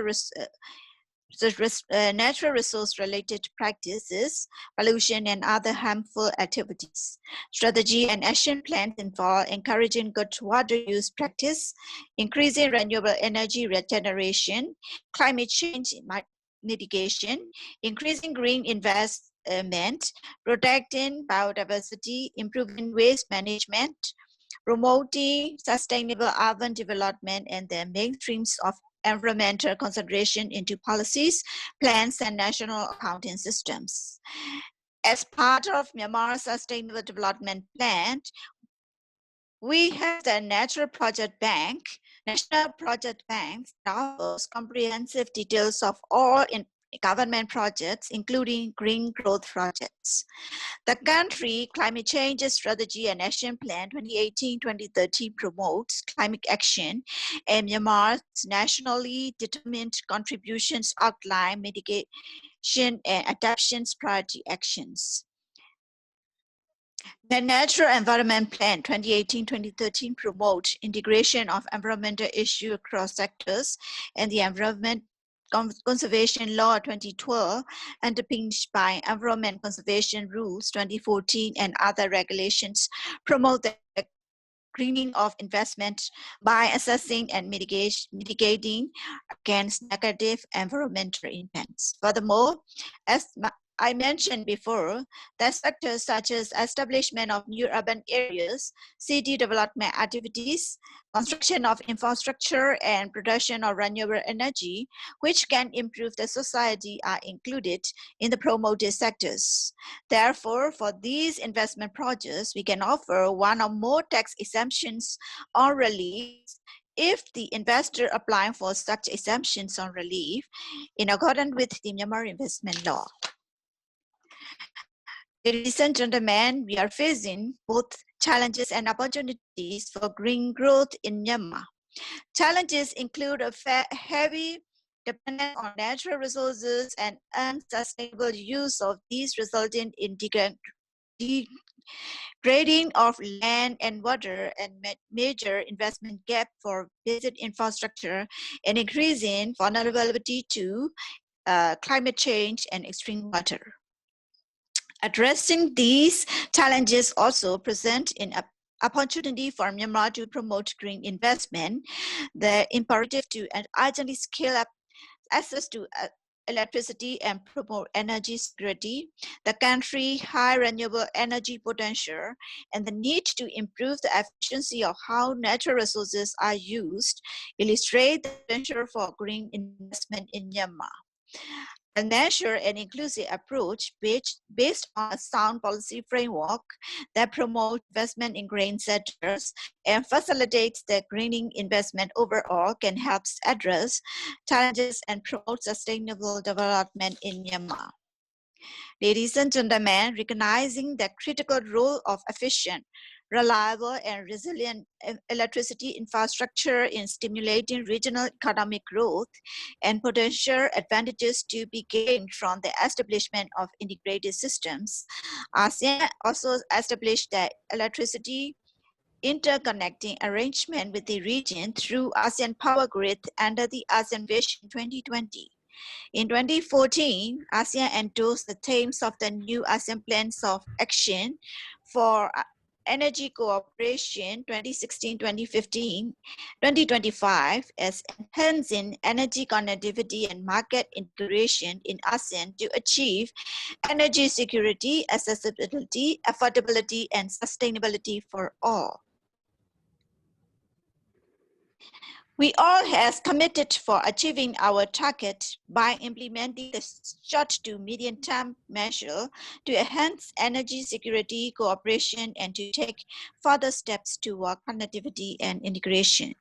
The key initiatives include embarking on neutral multilateral electricity trading to accelerate the realization of ASEAN Power Grid, enhancing gas connectivity by expanding the focus of ASEAN gas pipeline to include liquefied natural gas,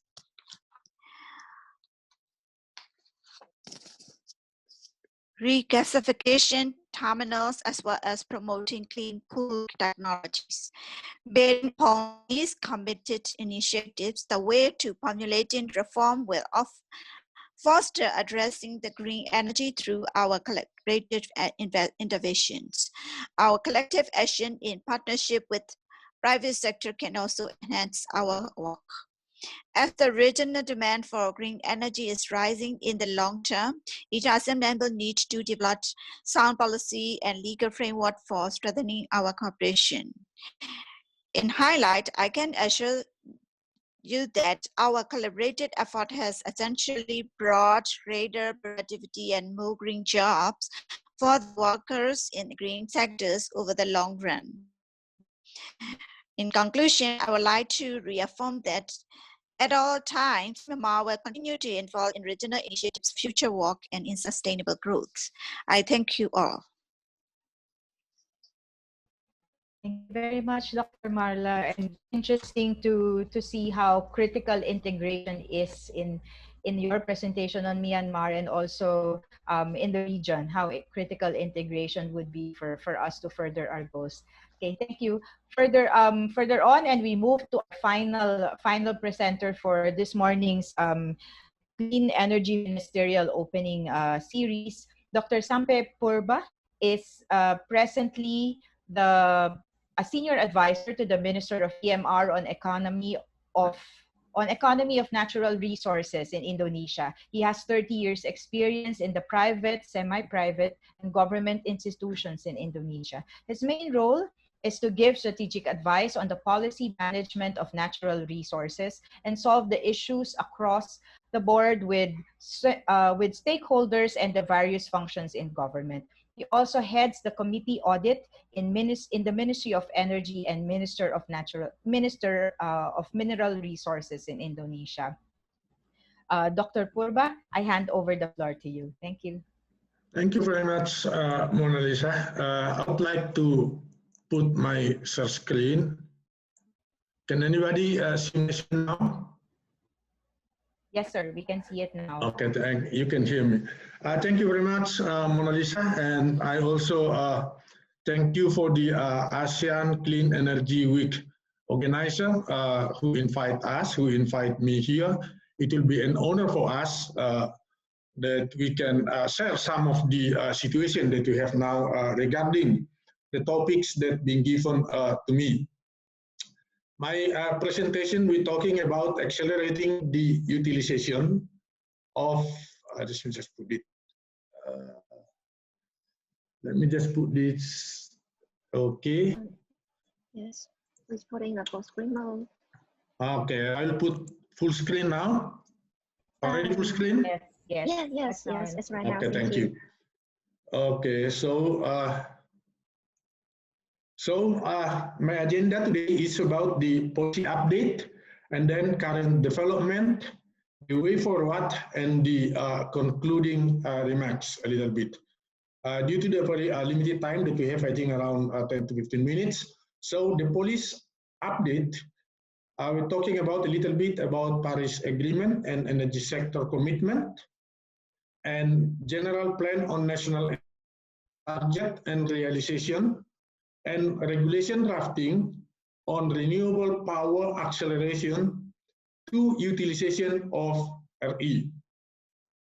Now, in the Paris Agreement, we do commit the target that we have, where our national commitment, it will be 29% from business as usual, but when you have the international assistance, it will increase by to 41%, and also we have the energy sector commitment to reduce greenhouse gas emission for 314 up to 398 million tons of CO2 by 2030.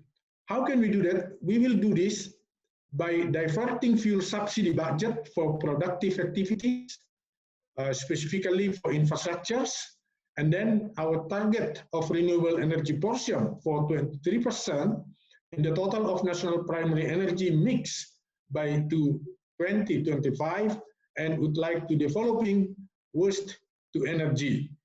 And some regulations being made in order to support this kind of thing.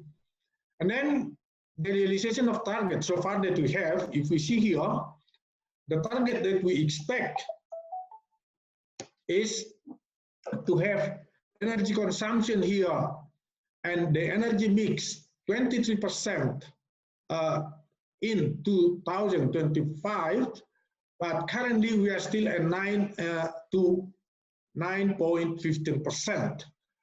So, but if you see here, we also make some progress, and it's quite significantly actually, but we still have to do much things in order to achieve the targets that we believe we can do this, we can reach this by accommodating and by introducing some policies and implementations. We have the President regulation, which is on drafting now on renewable power purchase. This is one of the way so that we can fulfill the gap so that we can reach the target which we expect. There are many sections that we have here. More specifically, we are talking about the price, and then how the power purchase implementation, talking about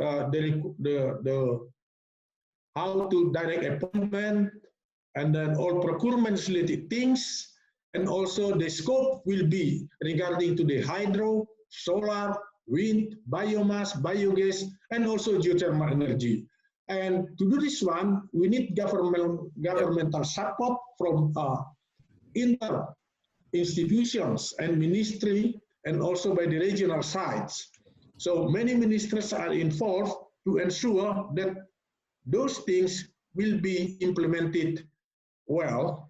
And on the transitional provision, of course, some of the things are acknowledged there. That's why the price adjustment, for instance, we consider if we don't have PPA yet, and then how will we measure with this one, and anything else relating to the thing that already being done, but when we introduce this new regulation later on.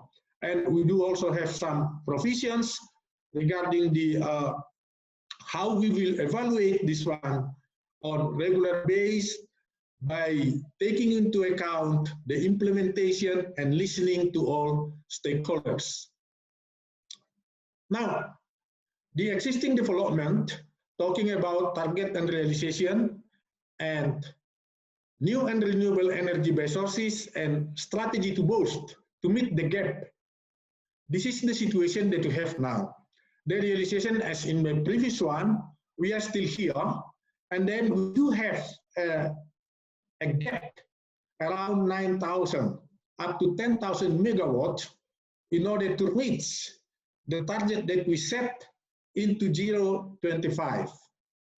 And then for these things, of course, we need a serious and consistent commitment from all stakeholders. And the business as usual, the power generation of ENRE capacity may only grow by 205. So we need another power generation in ENRE to reach the 23% in 2025.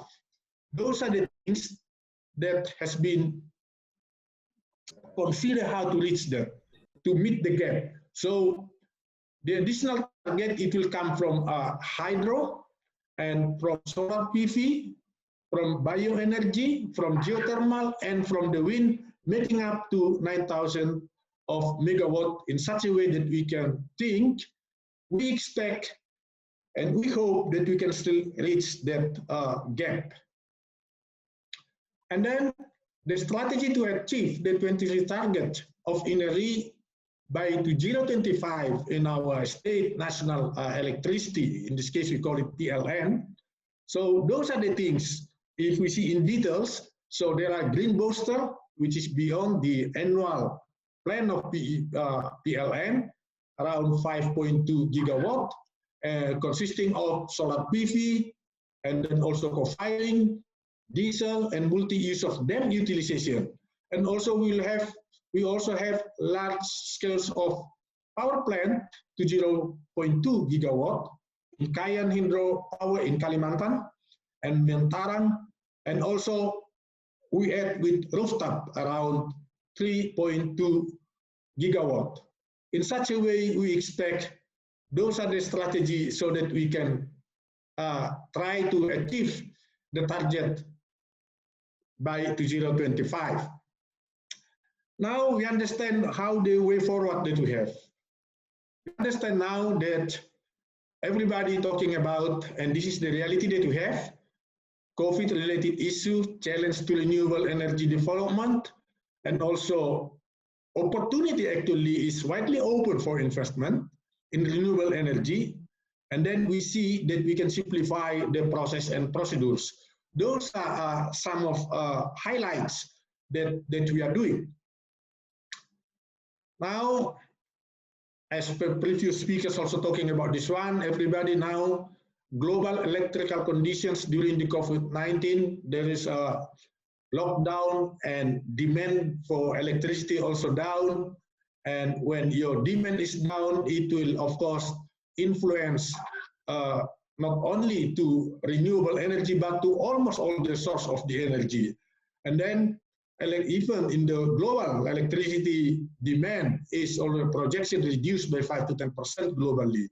And then we expect, but we are also doing to anticipate when the recovery being made into 2021. So we are looking forward to that and how to do a fast recovery. Of course, we still need to consumption of fossil, but at the same time, we need to encourage the recovery of utilization of renewable energy. Those are the challenges that we have. Renewable energy market in Indonesia not enter into economic scale, so the price is still high. And now we are still rely on some import technology, so we have the dependency, price, domestic economic impact, and we do have a limited electricity transmission in some area and also some distribution network infrastructure issue, especially in the remote area. And we do have limited access to low-cost funding and human resources capability to develop renewable energy that meets international standards. But the opportunity are open, whether is it on commercial based and on non-commercial based. To reach this one, we need to set up our legal base, how so that we can meet and how that we can reach the opportunity that we have done. So we can see here some regulation, and those can be shared later on by the organizers.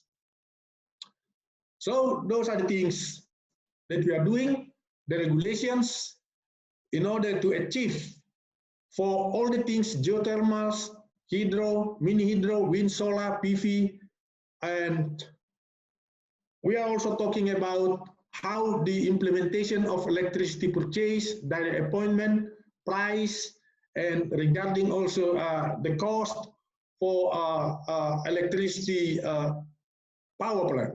So the things are integratively and comprehensively we are doing in our regulations. And then we're also talking about the incentive for renewable energy, in tax allowance, import duty facilities, tax holiday, and specifically also we are giving some incentive due to the COVID-19 impacts. Regulation already being there, discussion with all stakeholders and with our IPP and with all the players that we are doing. As a concluding, we'd like to say that Indonesia remain committed to both the utilization of renewable energy. Of course, we understand that the pandemic COVID-19 brings contraction to our economy, demand of electricity, and source of funding. To match this one, some regulations, incentive, and improvement in the procedures are taken and implemented. We are improving on day-to-day basis.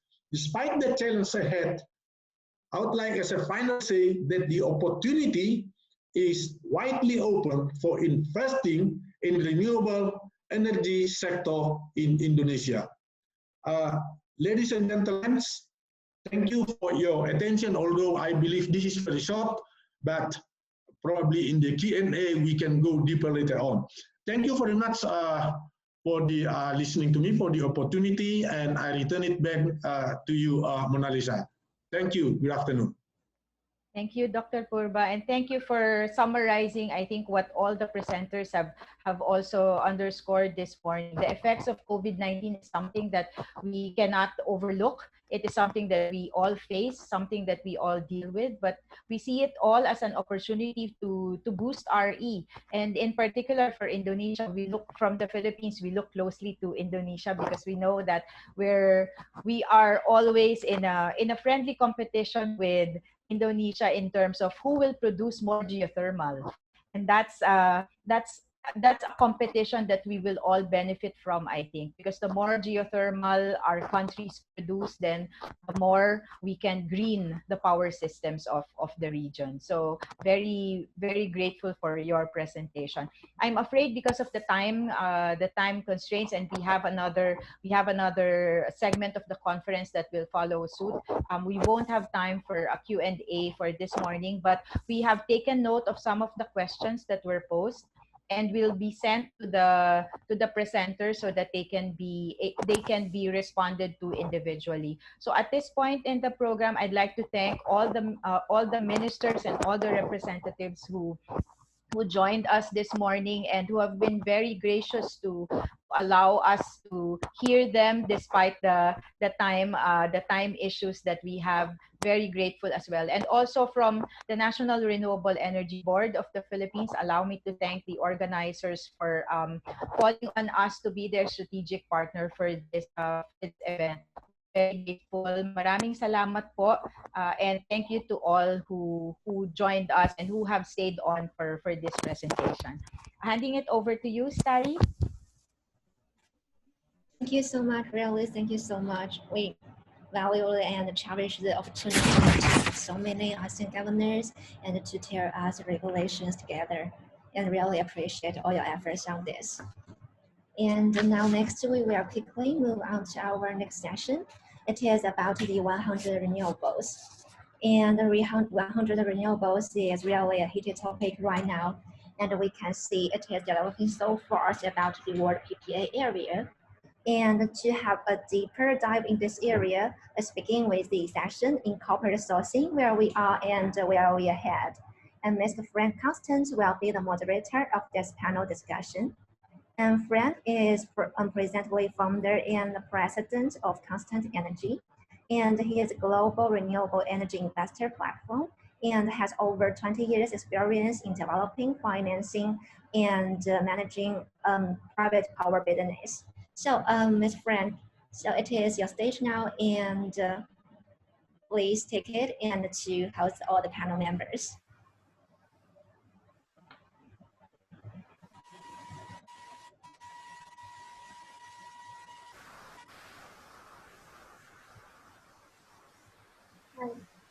Hello.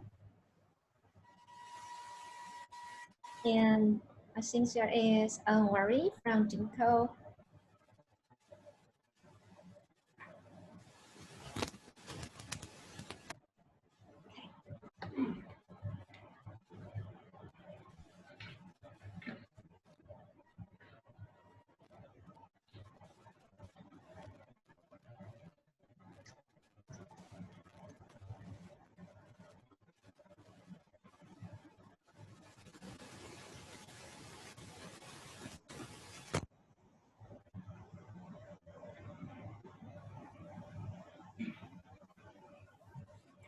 Mr. Frank, yes, here is the stage, and please begin the panel discussion.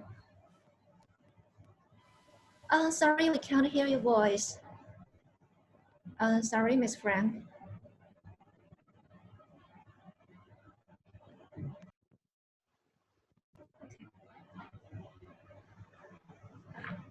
So sorry, still can't catch your voice, and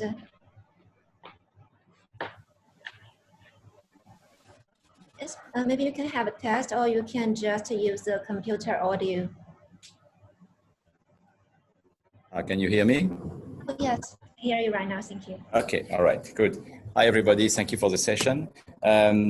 So this session is on the dialogue with buyers. I'm glad we have a few of our active C&I participants in Asia. I'll just introduce briefly what my company, we are Constant Energy. We are a solar IPP based in Bangkok, headquartered in Bangkok, and active in Southeast Asia, mainly in Thailand, Vietnam, Malaysia, for now, where the C&I market is very active.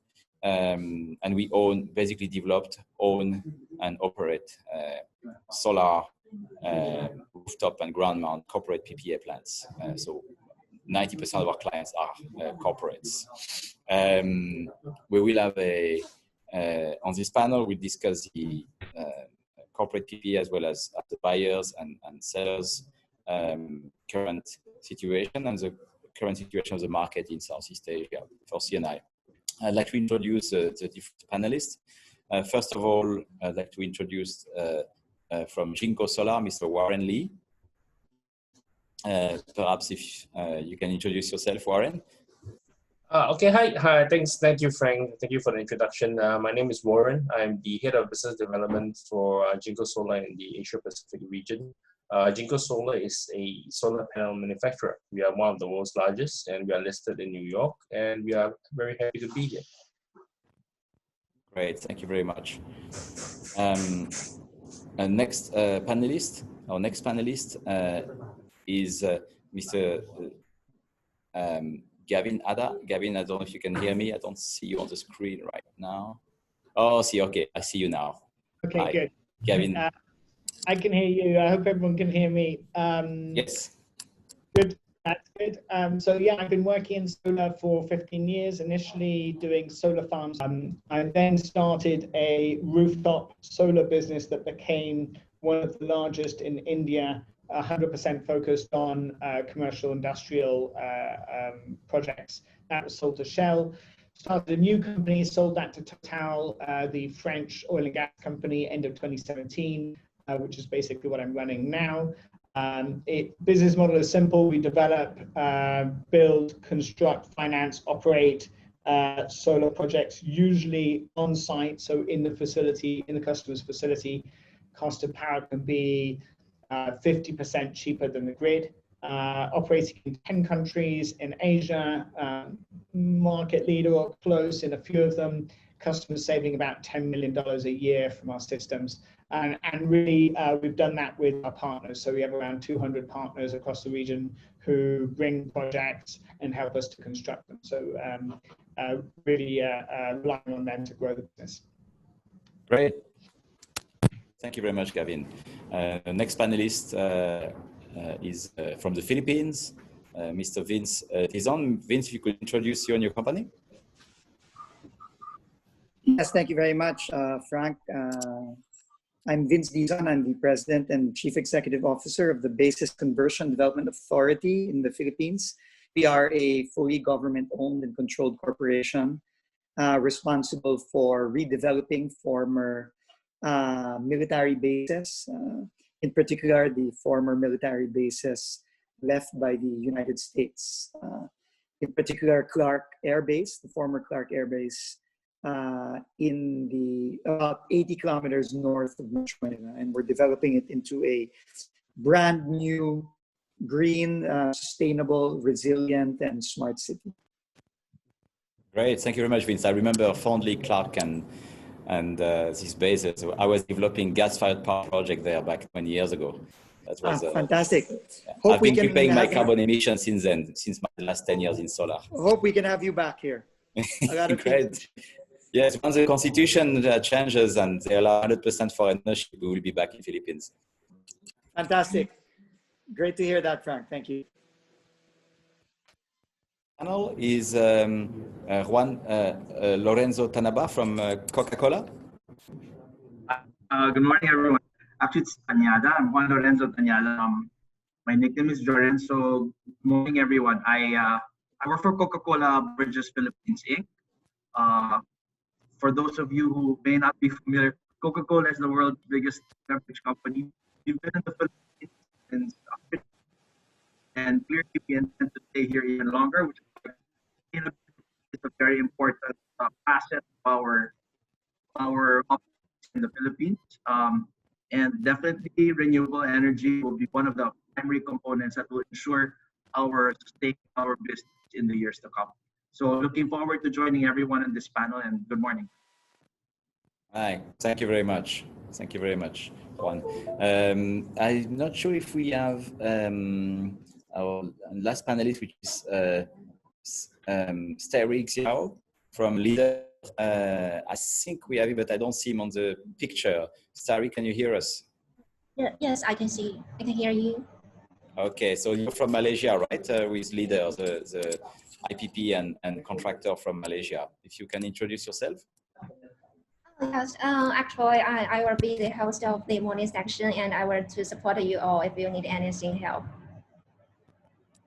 Okay, sounds great. Okay, maybe we start. We have, unfortunately, due to the change of schedule and the other session in more time, we will only have about 3 minutes for the session. We'll have to stop about 20 minutes.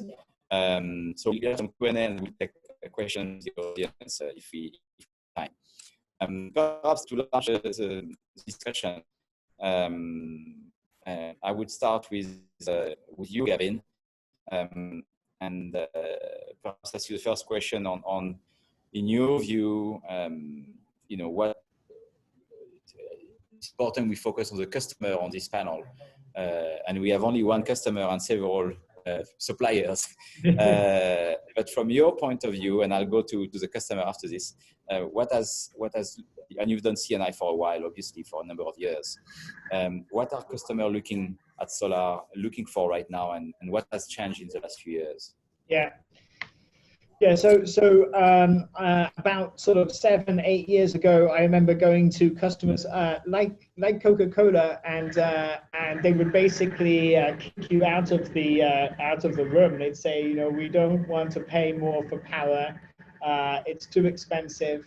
You know, the solar is done by the Europeans from China. They provide the panels to Europe. It needs feed-in tariffs. It's not viable. And I think what's happened that's really exciting about this region is that solar has become viable on a grid parity basis. So you're seeing you know, grid prices increase across the region. You're seeing Indonesia's grid price over the last 20 years increase more than 7%. You know, 4 to 5% in Vietnam. And meanwhile, solar prices have dropped 17% every year over the last 20 years, thanks to people like Jinko. And what we've got now is grid parity. That means that solar is up to 50% cheaper than the grid in every country in the region.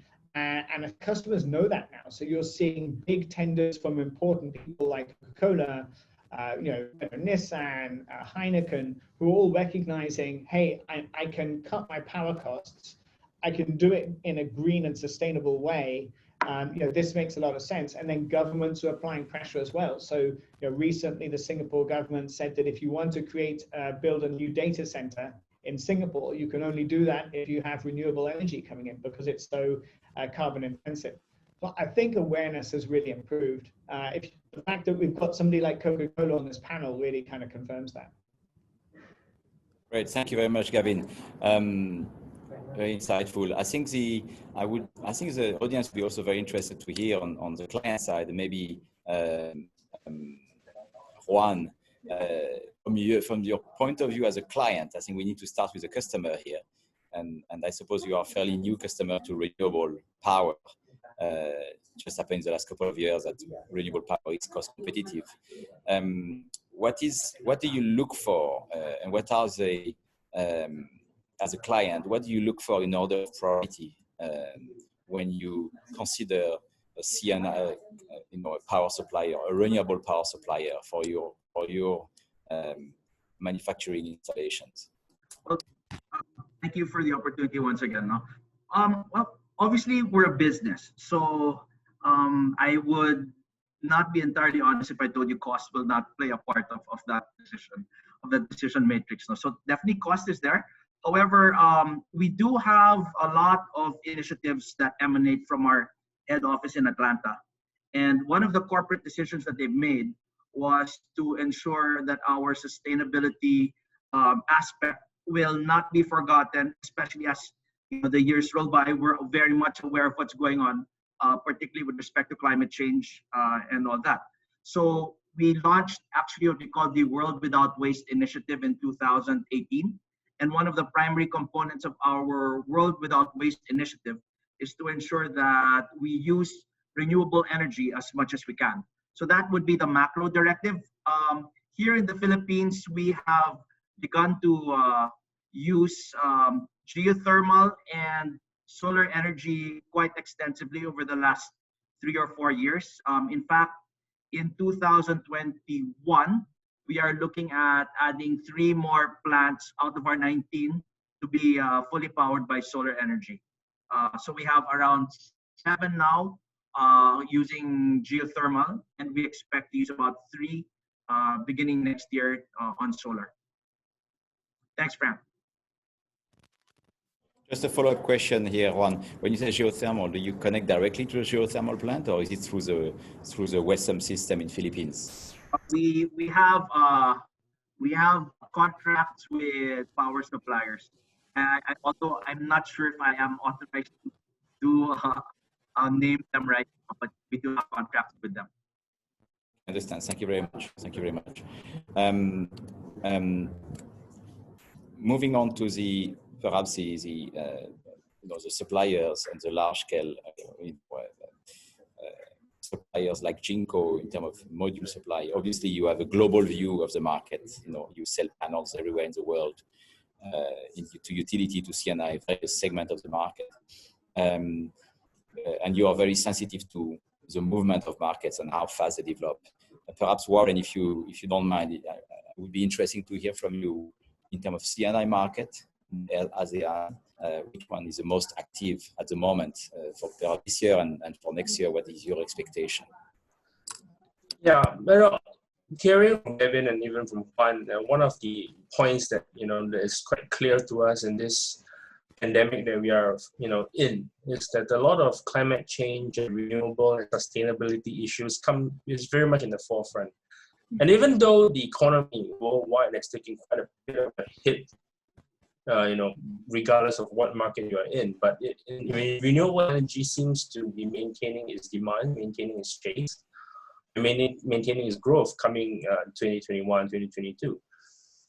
In terms of Southeast Asia, one of the big markets, of course, is still going to be Vietnam.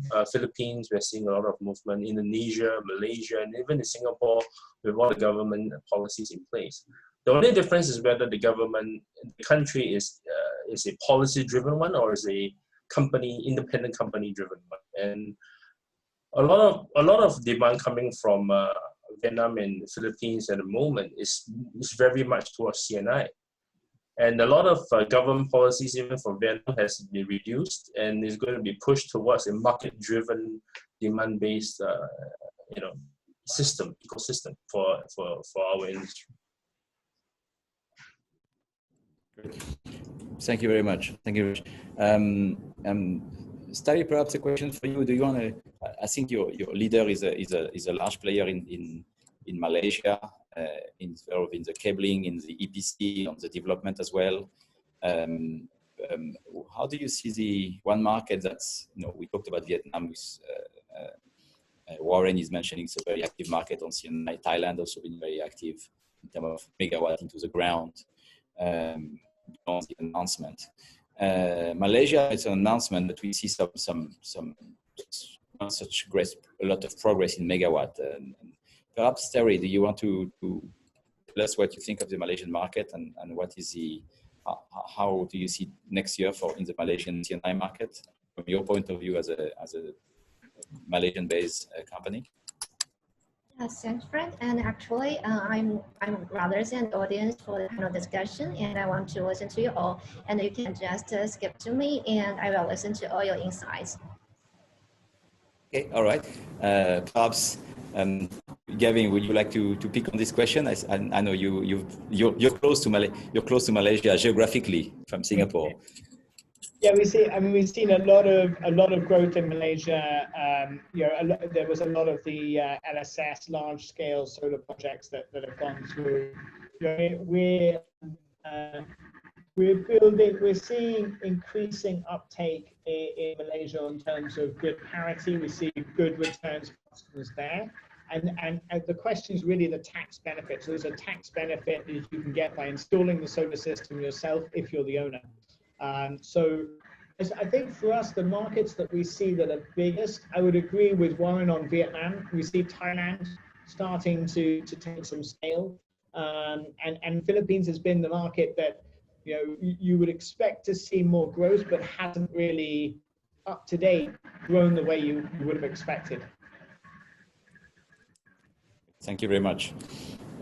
You mentioned Philippines, Gavin. Vince, perhaps I come to you and obviously Philippines has a tradition to be a very active and as a tradition to be a private power market where the private sector is very active. Yes. With private utilities on the distribution side, with private generators. So probably one of the freest markets in terms of regulation, and not only recently, but for the last 25 years. I mean, I work for a US company. We used to have 2,000 megawatts in the Philippines under PPAs, and always only good things to say about the market, and the payment terms were never had delays, and it was really efficient. Perhaps I was not familiar with your particular initiative on the base, but any is there some additional information you want to give the audience in terms of what are the additional opportunities in Philippines, and perhaps in particular of developing solar projects on your areas, on the basis? Yeah, first of all, thank you for that, Frank. No, you're absolutely correct. The Philippine energy market is one of the most, it's one of the freest, most deregulated markets. And as you said, it works quite efficiently. Just to give you an example, the Greenfield project that we've started, we issued a tender for power distribution, power utilities distribution just 2 years ago. And very open tender, international tender, and the consortium between Meralco, which is our biggest power distributor in the country, and Marubeni Corporation of Japan, Chubu Electric of Japan, and Kansai Electric of Japan won that bid.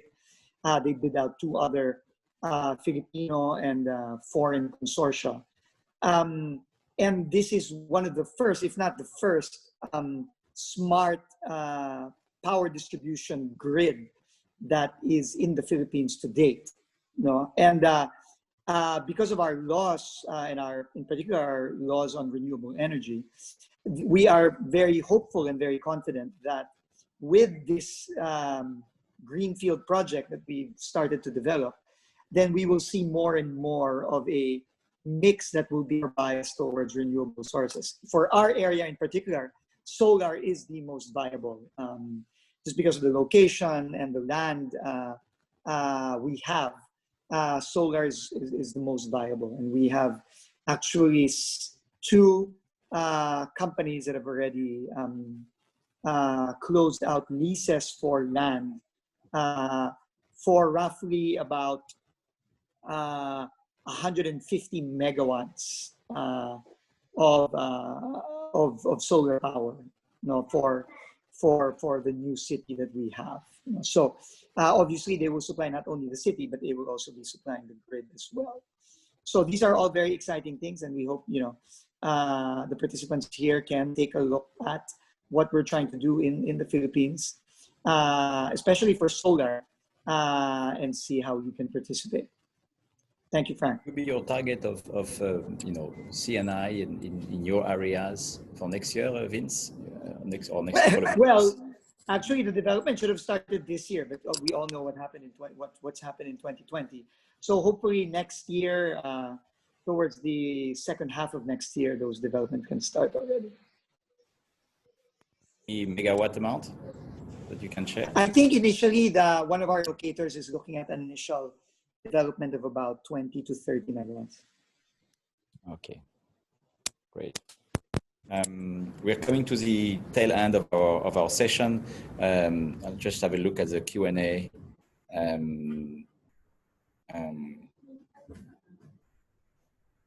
One question is, are some government of ASEAN giving incentive to motivate industrial, commercial to set up new energies or renewable energies?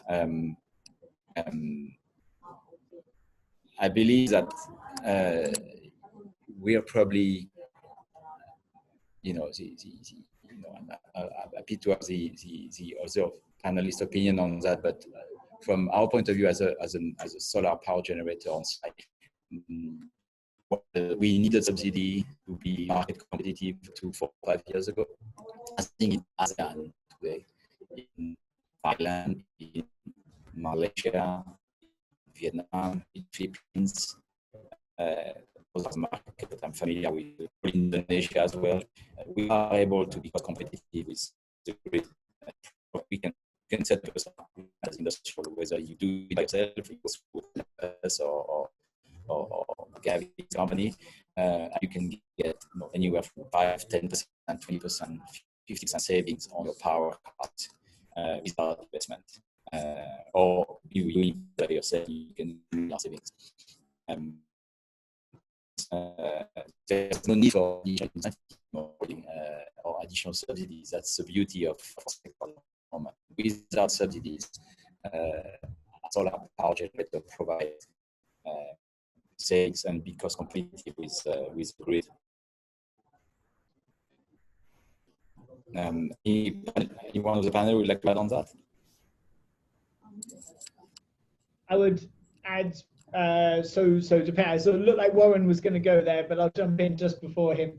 In terms of incentives to set up, I think there's some good incentives in Singapore for around software and encouraging people to hire and things like that. So you see some good support in Singapore, though it is not the cheapest place to launch a business in region. And then I suppose the other, it's not really an incentive, but the other regulation that would help is net metering. So, you know, basically at the moment, many of these markets, you build a solar system for, or at least when I'm building on-site solar systems, I'm building it for that customer. Any excess power in some markets, just very, very difficult to sell. And so I have to build the solar system slightly smaller, maybe 10, 20, 30% smaller. So it is much easier to do these kind of sites, these kind of solar systems in you know, Vietnam, Singapore. There's 2 or 3 countries. It is available in Indonesia, but at 65% of the cost of the coal, it's not a huge impact. So more net metering, I think, would help us to motivate the industry. Thank you, Gavin. Thank you, Gavin. I'm just looking at the Q&A again.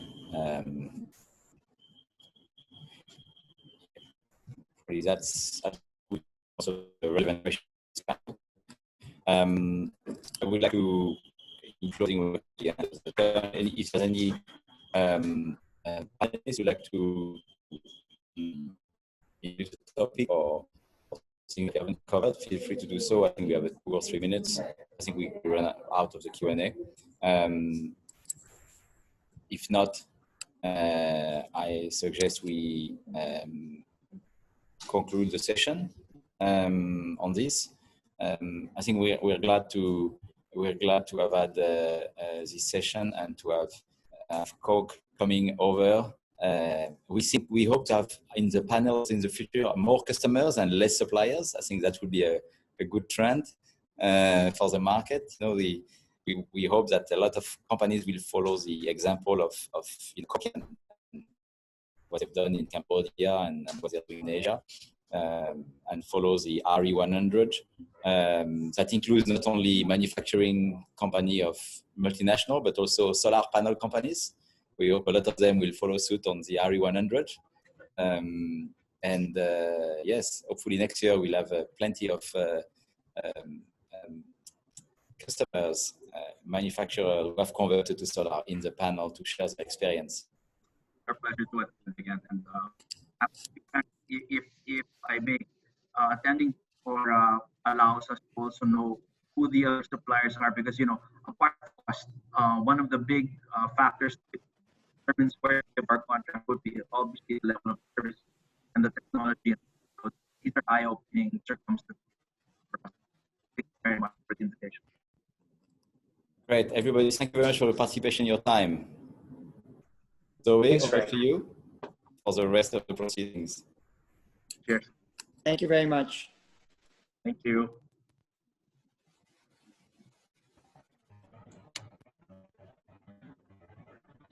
Yeah, thank you so much, and apologize again for the first time. And so, yes, thank you, Mr. Frank, for your moderator of the panel discussion.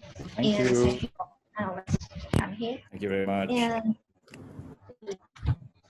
so next we will move on to our next session. It is about the keynote to explore more what is happening worldwide and what lessons could be applied to the ASEAN market. So our next speaker will be Dr. Antonio from Indigo, and he will deliver a keynote speech about the advanced PV and storage solutions for residential, commercial, and utility scale plants. And Inga team is an international technological group specialized in the electric power conversion. And Inga team solar power PV energy division designs and manufactures a worldwide range of PV and storage inverters, as well as power plants, which is supplied for worldwide for more than 68 gigawatt in power converters for renewable energy plants. So, Dr. Sarfono, and I'm here and to begin your presentation.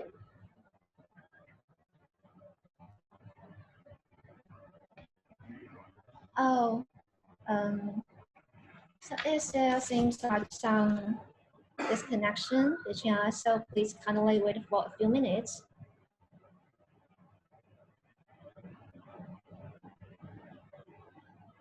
Oh, yes. So maybe we can back to, Mr. Marin, are you still here?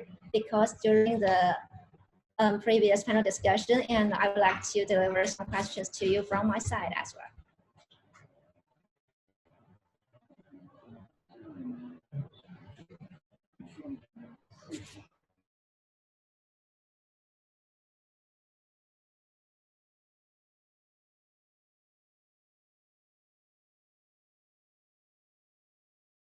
Okay, sorry. Yes, hi, Stefan. So you are here?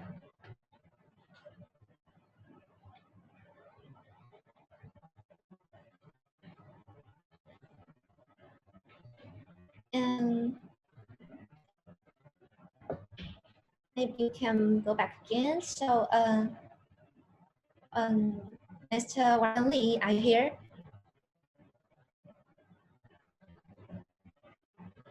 Um,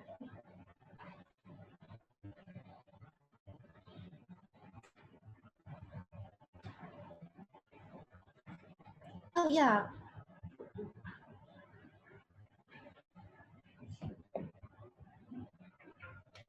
And sorry, so please give us a second to get connected with Mr. Saboni.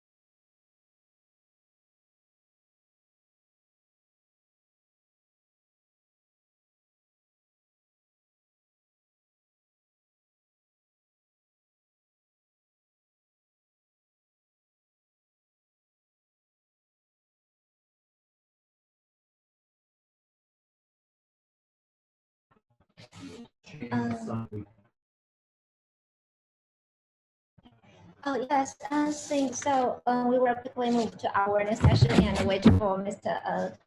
Stefano for the part. So we will begin to learn from the career side and welcome speakers from Solar Connect and present by Cheng Sang Lee, the Director of Corporate PPA from Solar Connect. And Solar Connect is an energy business platform providing the integrated service across the value chains renewable energy business based on the innovative financial solutions and IT technology capabilities. Hi, Ms. Lee. Hello. Yes, hello. Glad to have you here. And please begin your presentations. All right, thank you. Thank you.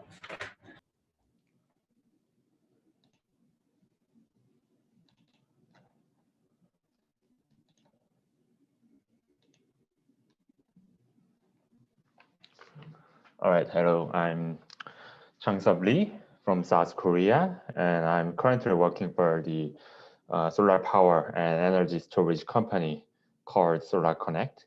We are a solar power developer, service provider, and operator in Korea. And today I'd like to share some lessons learned from RE100 implementation in Korea with you.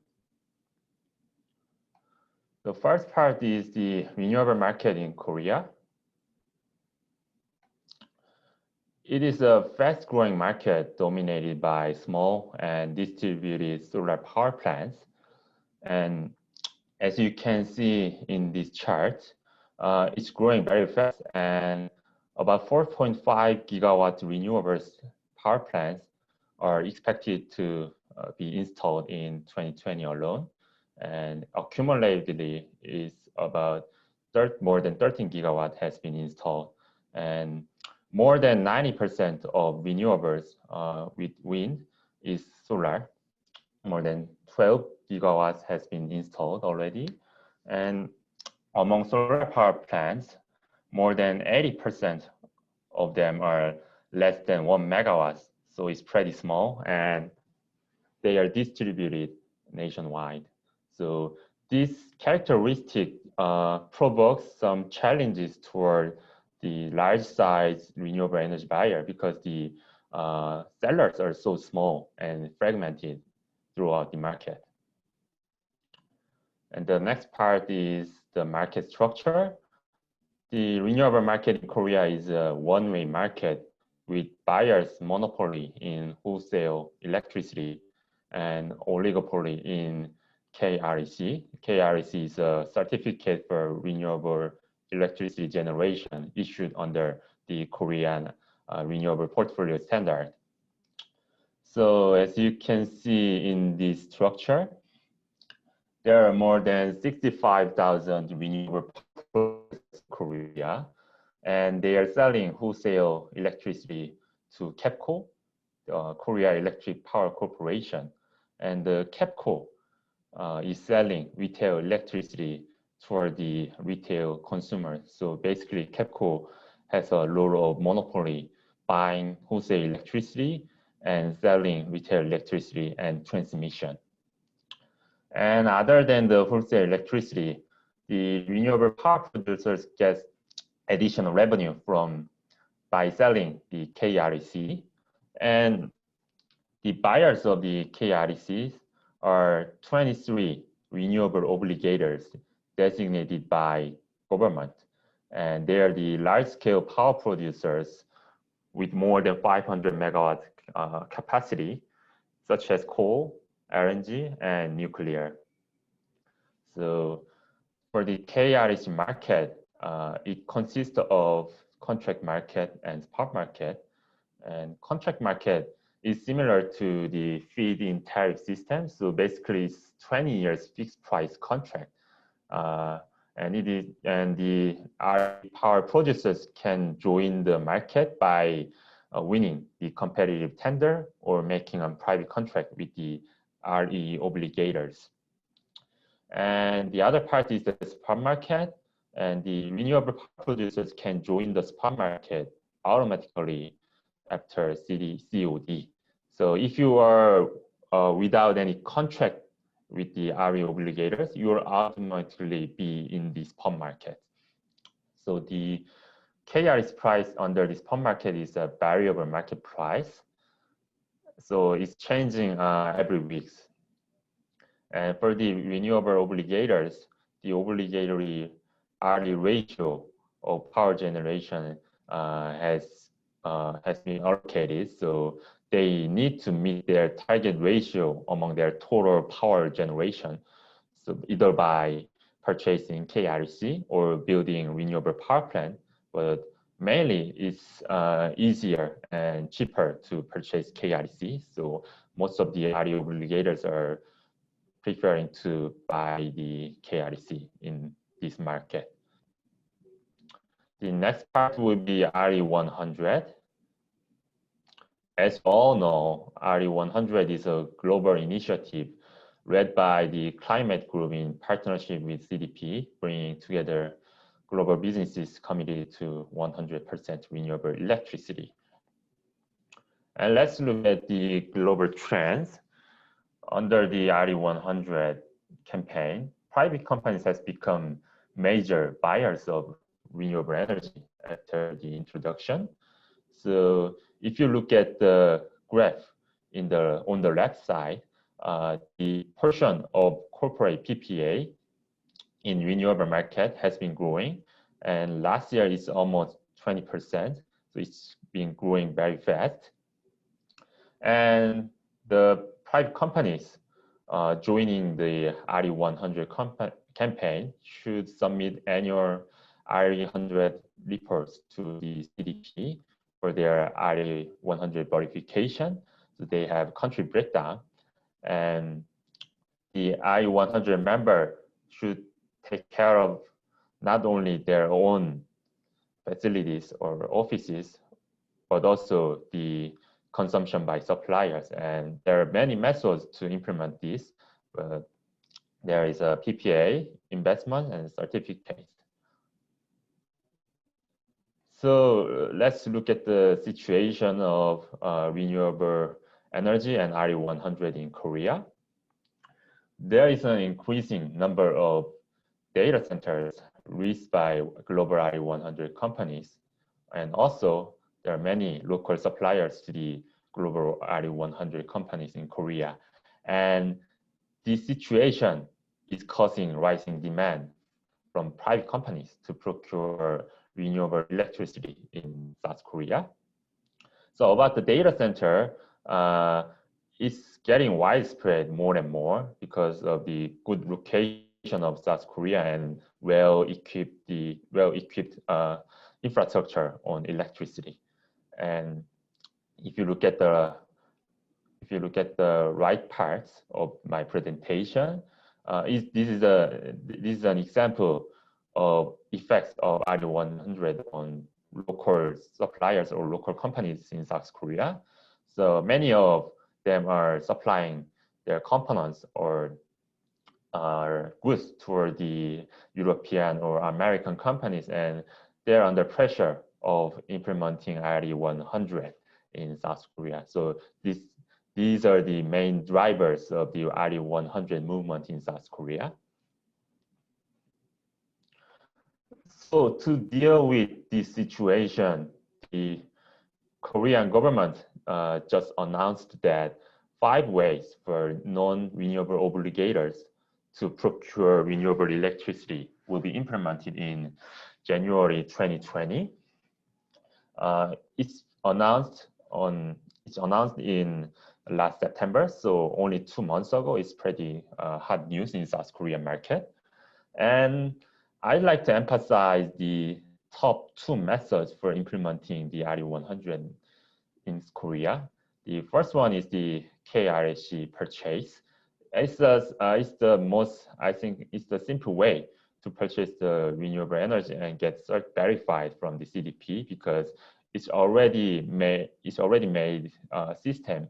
So the consumer can now buy the KREC from the renewable producers through the platform, or they can try the private contract. And this basic system will be similar to the traditional system just I mentioned the previous presentation.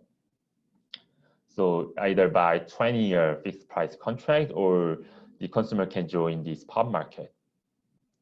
The second way is more familiar to many people, I think, is private PPA, but it's a third-party PPA because in South Korean law, it's not able to make a direct PPA between consumer and power producers.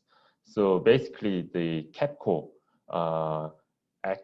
will act as an intermediary, but KEPCO announced that they were going to provide no brokerage or no arrangement. They're just making an intermediary role. So basically, consumer and renewable producer should meet each other and have to make direct arrangement between themselves and go to the KEPCO and make the third-party PPA. The other ways will be equity investments, on-site generation, and green pricing. So equity investments and on-site generation are pretty direct and pretty intuitive. So I think we can skip it. And regarding the green pricing, the consumer can pay with the green premium to the KEPCO so that they can be verified as an RE100 implementation company.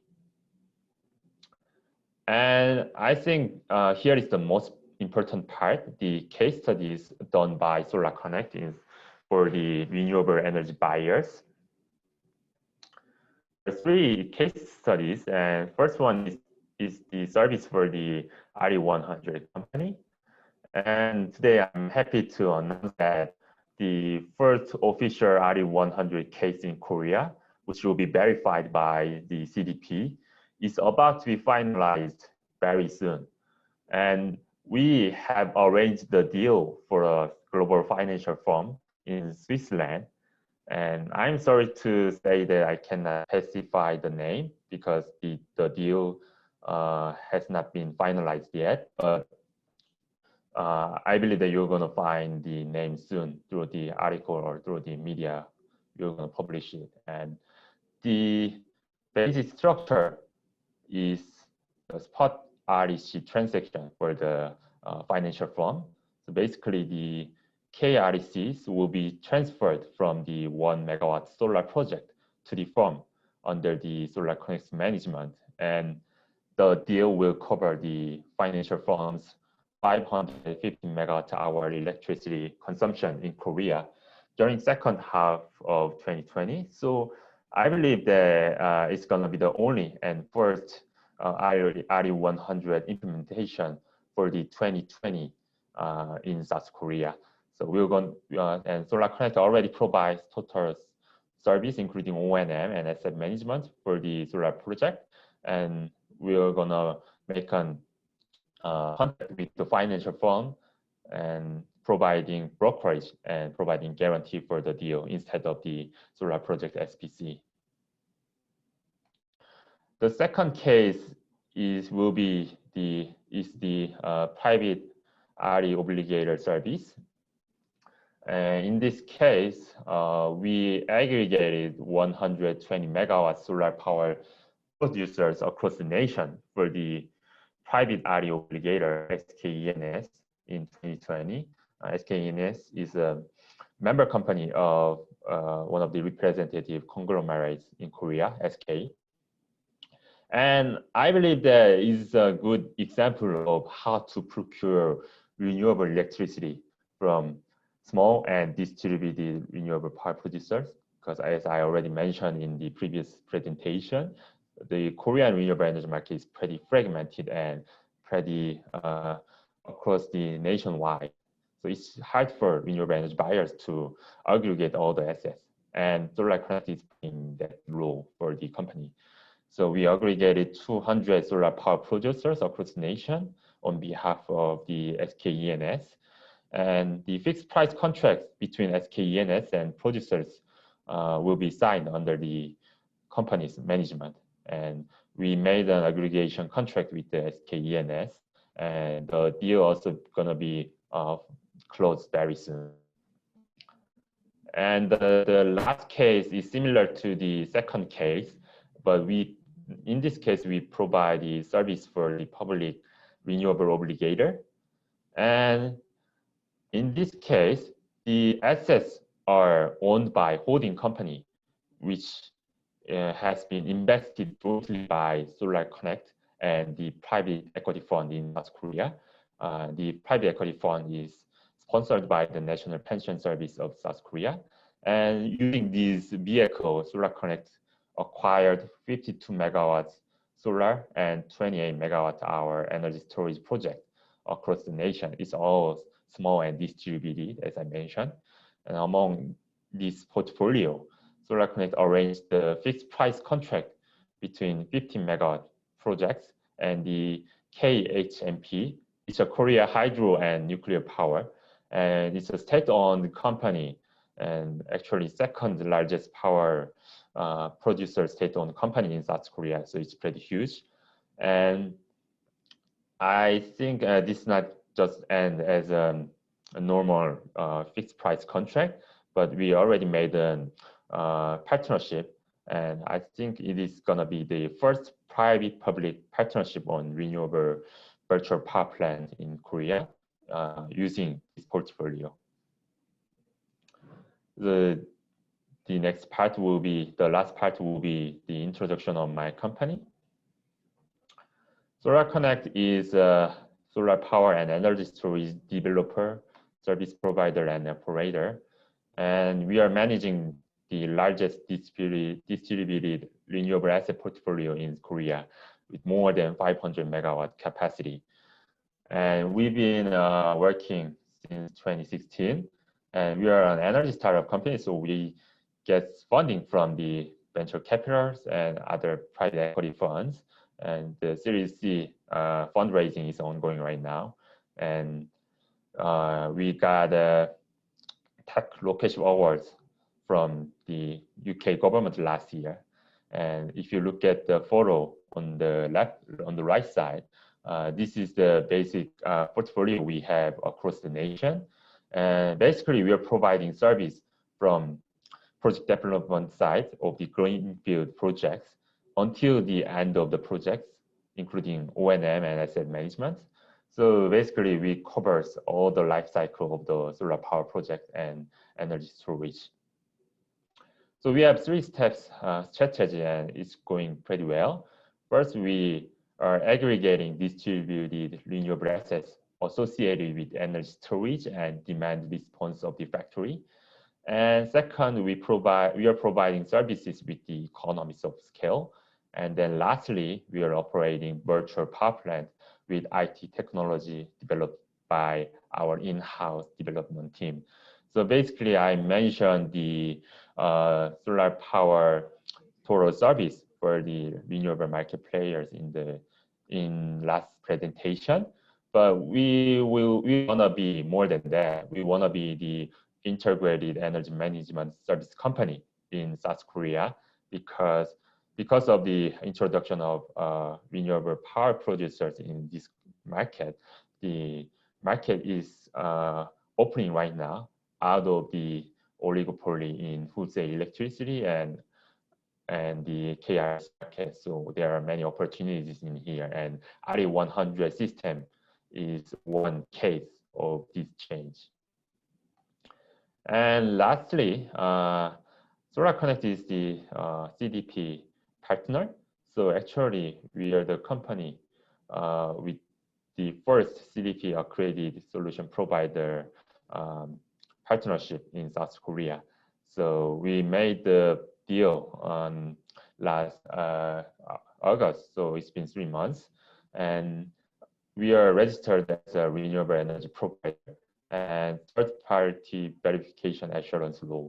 So basically, I'm from the perspective of the renewable energy buyer, which wants to procure renewable energy in South Korea. I'm pretty confident to say that Solar Connect will be the perfect partner for doing it because we are specialized in aggregating the renewable assets, which are very fragmented across the nation. And we are also specialized in managing and developing projects in South Korea. So if you want to get involved in RE100 movement or other solar power opportunity in South Korea, please find me through this conference or through the website of the CDP. You can find our contact with my brilliant members. So that's going to be a great opportunity we can make further and further. So this is the end of my presentation, and thank you very much for your time. Thank you. Yeah, thank you, Mr. Lee. And there is also one question from the audience we would like to raise to you. And so, is it fixed price contract fixing REC price only, or a bundle of REC plus SMP? That's a very good question, and the answer is it's a bundling of SMP, the wholesale electricity price, and the KREC. So the thing is that the wholesale electricity price is changing every day, and the RE obligators have to pay the less of the fixed price contract price, so that the renewable power producers can be benefited from the fixed revenue other than they are producing. So it's really similar to the feed-in tariff in other countries. Yeah. Thank you so much, Ms. Lee, and thank you for your presentation again. So next we will move on to our next speaker. And so Mr. Stefano, are you here, Stefano?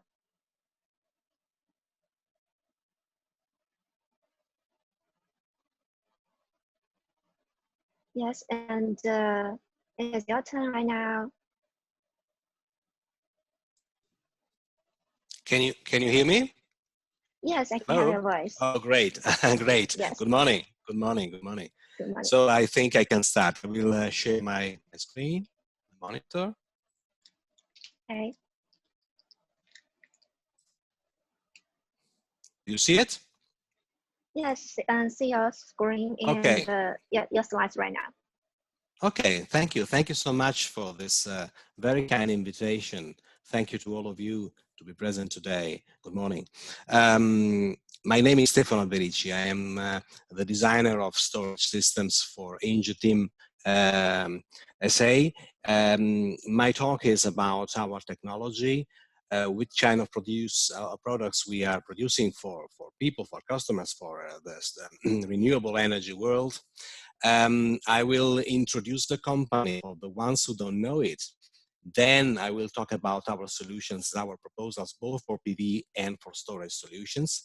Consider that we are keen in staying in the market basically everywhere, especially in your area. So it's a great opportunity for us today to talk about this technology to you. Just to tell you who we are, what we do, what we can provide to you now and in the future. We are present at the moment in 24 countries and new markets. We have more than 4,000 employees around the world, so it's actually a huge company. And I would like to track down the attention about the fact that we have more than 5%, actually 5 to 5% of turnover invested in R&D every year. And we have more than 500 people dedicated just to R&D, because we think that technology has to be continuously developed and followed very carefully. So that's why we have all these people and all this money invested constantly in these projects. Don't be surprised that we are on the markets in more than 70 years, 75 years actually. This is because, as I will show in a while, we have quite a plentiful portfolio of things that we are doing, we've been doing, and we will do in the future. So don't be surprised, it's not only renewables, it's a lot of things related to the company. And last but not least, the total yearly turnover, that is almost $1 billion per year. So it's really, really huge. What about the international presence of this company? Well, we can say we have both production facilities and commercial offices. In red, we have depicted here where we are located. For example, close to Singapore, we have Australia, India, China. This is close, of course, but related to Europe, it is pretty close, even though we have plans to expand, of course, our presence.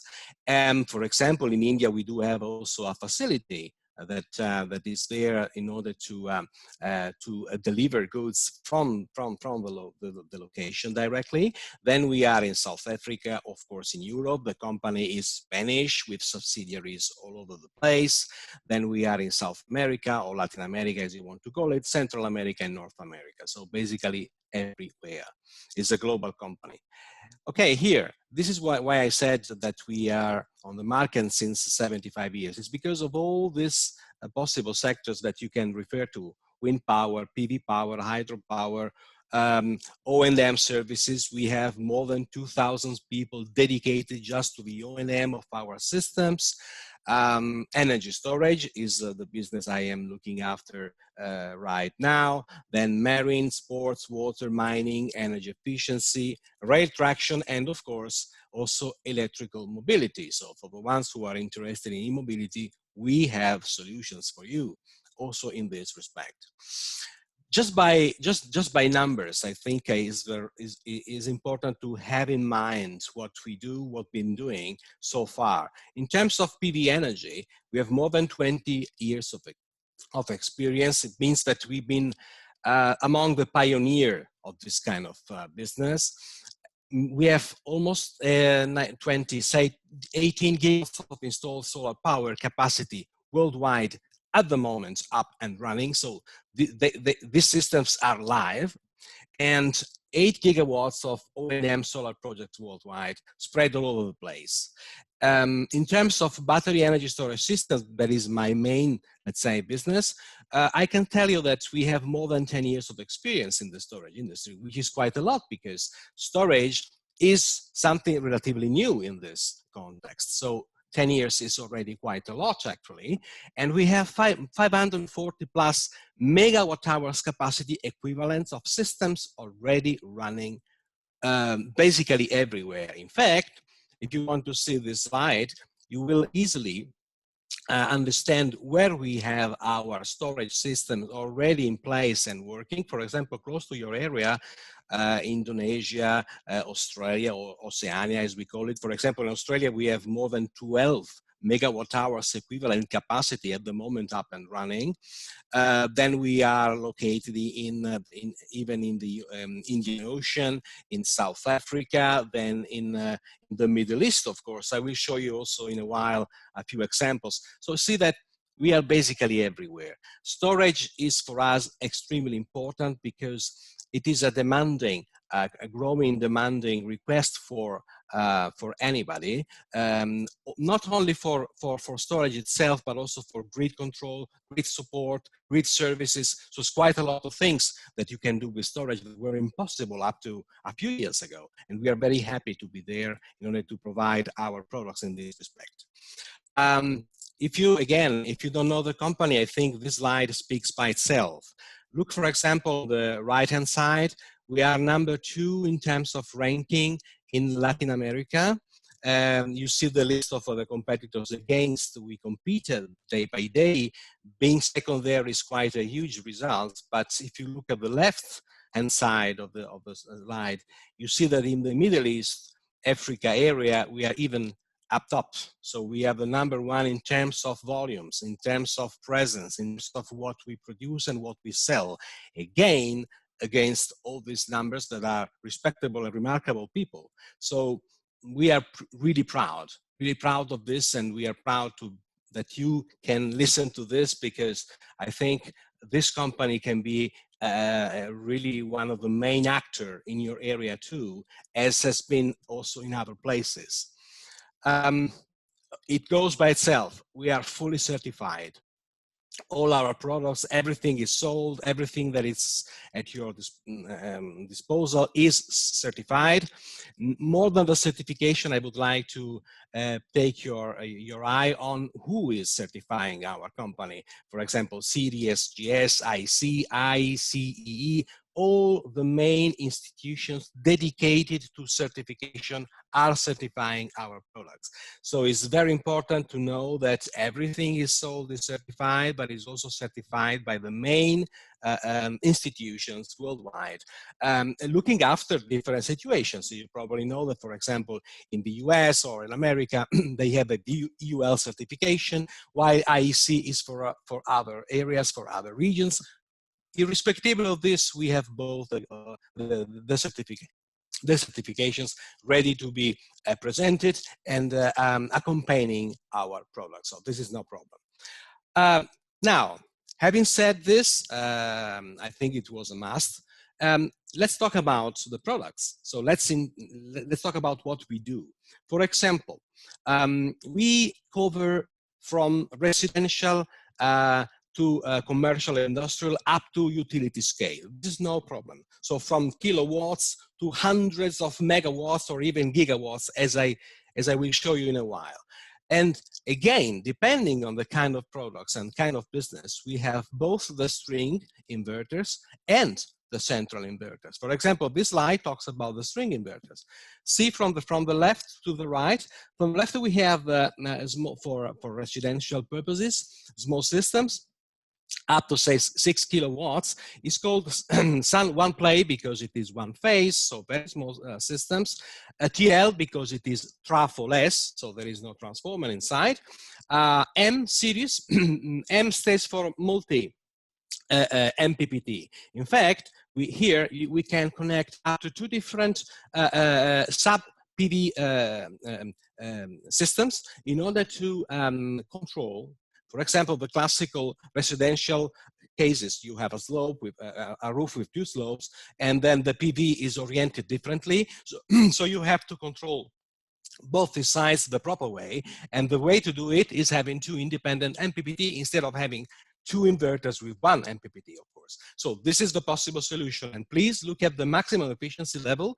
We boast more than 98%, with a protection rating of IP65.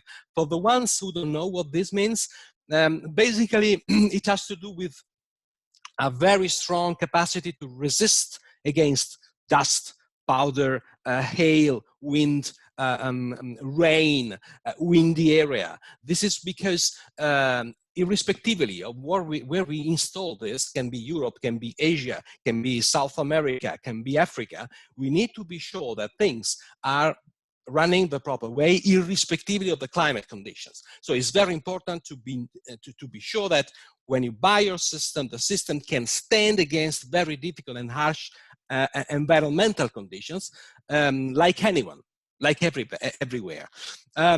If we go to the medium level power, we have also the three-play, so the three phases string inverters up to 40 kilowatts. Again, IP65 with a maximum efficiency that is 90.5%.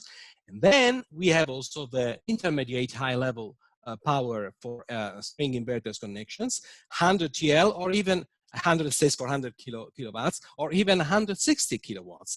And this is the last born in our R&D. It is actually for 1,500 volts input. So is the latest technology, if you like. This helps you to have longer strings when you connect PV modules to make your system. And it is interesting to observe that the maximum efficiency here overcomes the 99%. So basically everything is produced, gets passed towards the grid like this. And again, the IP65, once again, I would like to underline that this shows you the level of resistance that this kind of machines can boast against very harsh environmental conditions. So don't worry, when you buy this kind of stuff, you be sure that even if you have very hard conditions, very hot countries, very cold countries, very windy countries, very dusty countries, this is the right solution. But then we also boast the other family of our products that we call centralized or central inverters. Basically, the idea, for the ones who don't know that, is concentrating the power in one unit instead of having different units spread all over the place, in order to save the costs of workmanship and connections done on the field. And it's important to consider that, for example, this central inverters that comes both for PV and for storage has the power density that is the maximum on the market at the moment, 464 kilowatts per cubic meter. And the question is, how is that possible? How is it possible to concentrate so much power in a so small volume? This is because the R&D, and this shows why we fund constantly the R&D, if you like, has introduced the patents for the liquid cooling system. So basically inside the inverter, you have to consider there is a recirculating liquid that is keeping the temperature as low as possible to help the inverter exchanging the heat with the environment. And consider that all that I have shown here is meant to be outdoor, fully outdoor. There is nothing that has to be inside any container. Why containering things in any box? We have to have our inverters free to exchange the heat with the environment. So we boast this. This is our proud to be able to present to the markets things that are fully outdoor. And to be fully outdoor, the IP must be very high. And in fact, even in this case, IP65 is the protection rating for this kind of systems. Also, I would like to consider the power. For example, in case of PV, one of these units, just one, is able to deliver 3.6 megavolt ampere at 1,500 volts DC technology input. So again, the latest technology, the up-to-date technology. And in case of storage, this is slightly less, is up to 3.28 megavolt ampere, again with 1,500 volts technology. So they look alike, basically. They look alike. One is monodirectional, is for PV. The other one is bidirectional because it has to inject, but also it has to absorb, being storage, being centralized. Beside this, we also provide, if needed, the full solution. I mean, we are inverter producers, okay, but we also produce the station. I mean, when I say a station, look at the right-hand side of the slide. You have here, for example, what we call full skid outdoor solution. Full skid because you have a metal basement, which is supporting what is installed and what is present there. So, for example, in this case, in this figure, in this picture, you see two inverters, central inverters, connected to our medium voltage transformer. Our transformer, we don't produce the transformer, of course, so we buy transformers from our suppliers, but we have a lot of suppliers that are dealing with us every day. So basically we connect, in this case, two windings on low voltage transformer, and then this is the step-up transformer to the MV. And after this, you have also the low voltage panel, the medium voltage panel, and everything is meant to be outdoor. In fact, for example, you see that our MV transformer are meant to be IP55, for example, with the LV and MV switchgears able to withstand at IP54. So you can imagine, everything is fully outdoor. Do not be afraid. This is really good. It is the solution to stay outside without any enclosure, because we want to be the ones who have products that are free to exchange heat with the environment, not to reduce the efficiency. I remember here that the higher the heat to exchange, the lower the efficiency of the inverter, because this is a continuous fight in electricity. Either I produce energy in terms of electricity, or I will produce energy in terms of heat. And I don't want heat, I want electricity. This is clear. So basically, this is the idea. If we go back to the storage business, and if we talk about the residential purposes, this is our proposal. We have a small inverter, let's say for residential purposes, up to 6 kilowatts, but this is an hybrid system. What does it mean? It means that it can control contemporarily the PV that you have on the roof with up to 2 different slopes, because it has 2 MPPTs. Then the storage, of course, it means battery modules that are connected to make the accumulation of energy behind the inverter, and eventually you can also connect a diesel genset, diesel generator, in case you wanna have, for example, in remote area you don't have the grid locally, and then you want to help the system producing energy when the PV is off, and even when the storage is completely empty or discharged. This is the solution. So look at these numbers. We have a 96% of maximum efficiency, and again, the protection rating that is IP65. But the interesting thing is that there is an intelligence inside. We call it EMS, Energy Management System. Is basically a set of electronic boards that are integrated into the inverter that are meant to control everything time by time, second by second. The PV, the storage, the diesel genset, everything is controlled, even remotely. I will show you what doesn't mean remotely in a while. So everything is automatic. Is your peace of mind. You don't have to think to anything. Everything does by itself.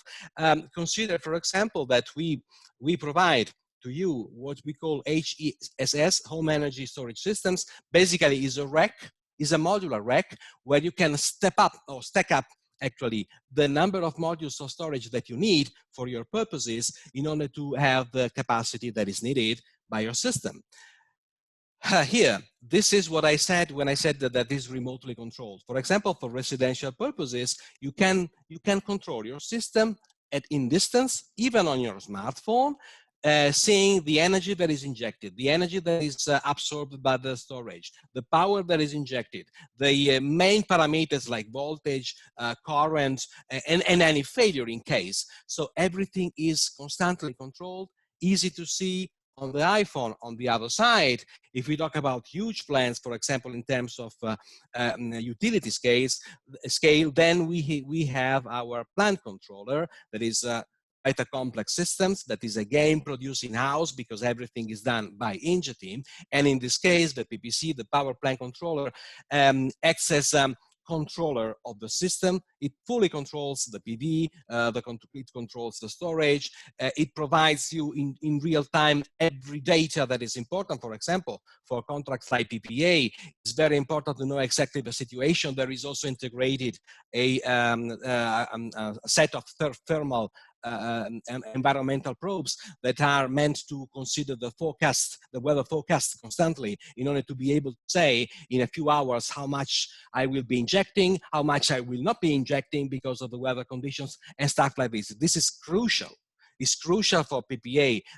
The people have spoken before me. They have said this very clearly. PPA is one of the main things now, and the storage helps, but the storage has to be helped to do this. And this is one of the ways that this can be done properly. Let me go to the end of the presentation just with two very interesting examples. This is the world's largest PV plant currently up and running. And we are proud to be the ones who have provided the inverters. It is almost 1 or 2 gigawatts, 1,200 megawatts. In the United Arab Emirates, close to Abu Dhabi. So this is already interesting to understand the kind of environment conditions, because we talk about the desert here. You see the picture, so you have sand, you have very strong sun, you have the wind. During the night, the temperature drops because it is a dry area. So this is one of the most difficult environment where to do this. And in fact, they have decided to use Ingeteam for such a huge implant. Or here, this is by sodium sulfide batteries technology. We boast different technology. Can be NAS, can be lithium ion, can be even lead acid. We are talking about batteries at the moment. We have a lot of portfolio of possible technologies that can be connected to our inverters. This is again in the United Arab Emirates. I like to show this because it's pretty close to, I guess, to your environmental conditions because of the high temperature there. This is a 7.2 megawatt hours capacity. And I think this is also interesting to know that it has been installed to make grid services like fast frequency control, voltage group, active energy and reactive energy injection and absorption, everything done with our system. This ends my presentation. You are free to, actually, we are happy if you want to write us. There is our mail here at the bottom, sales.italia@ingeteam.com. Please feel free to write me, to write to this address. We will reply. I thank you so much for this attention, and I wish you a very great day there. Thank you. Thank you so much. Thank you so much, Mr. Stefano. And we have one additional question for you. And it is about, because you have introduced a lot of technical part, and we want to know what's the future plan of Ingeteam, and maybe especially for Asia and for Southeast Asia. This is a good one, actually. As I said, we spend a lot of money in R&D, developing research and technology. We keep our eyes open towards the efficiency. I mean, we know efficiency has to be at the top, because as I said before, we don't want to produce heat, we want to produce electricity. So our main road, our roadmap is keeping to increase the efficiency time by time. The liquid cooling system is an example where we're going. So we are really keen in this. And on the other side, we are keen in producing power plant controllers that are fully automated, that are dedicated to PPA, that are meant to control the system even remotely for the investors that want to invest money in making their plans with our technology. So this is basically our two main roads that we keep following. Thank you so much. Thank you so much for the presentation. Thank you so much. Thank you. Thank you. And now that we have come to the end of our morning section of day one of the ASEAN Clean Energy Week virtual conference. And thanks a lot to our wonderful speakers and the amazing speeches in the opening talk and in the 100% renewables. And if the audience would like to have a further discussion with our speakers, and you can go to our virtual platform and to use a networking function to get in touch with them directly. And our afternoon session about the microgrid Asia will begin at 2 p.m. Singapore time. And the room will be the same, and it is the same Zoom link as well. So, see you then. Thank you.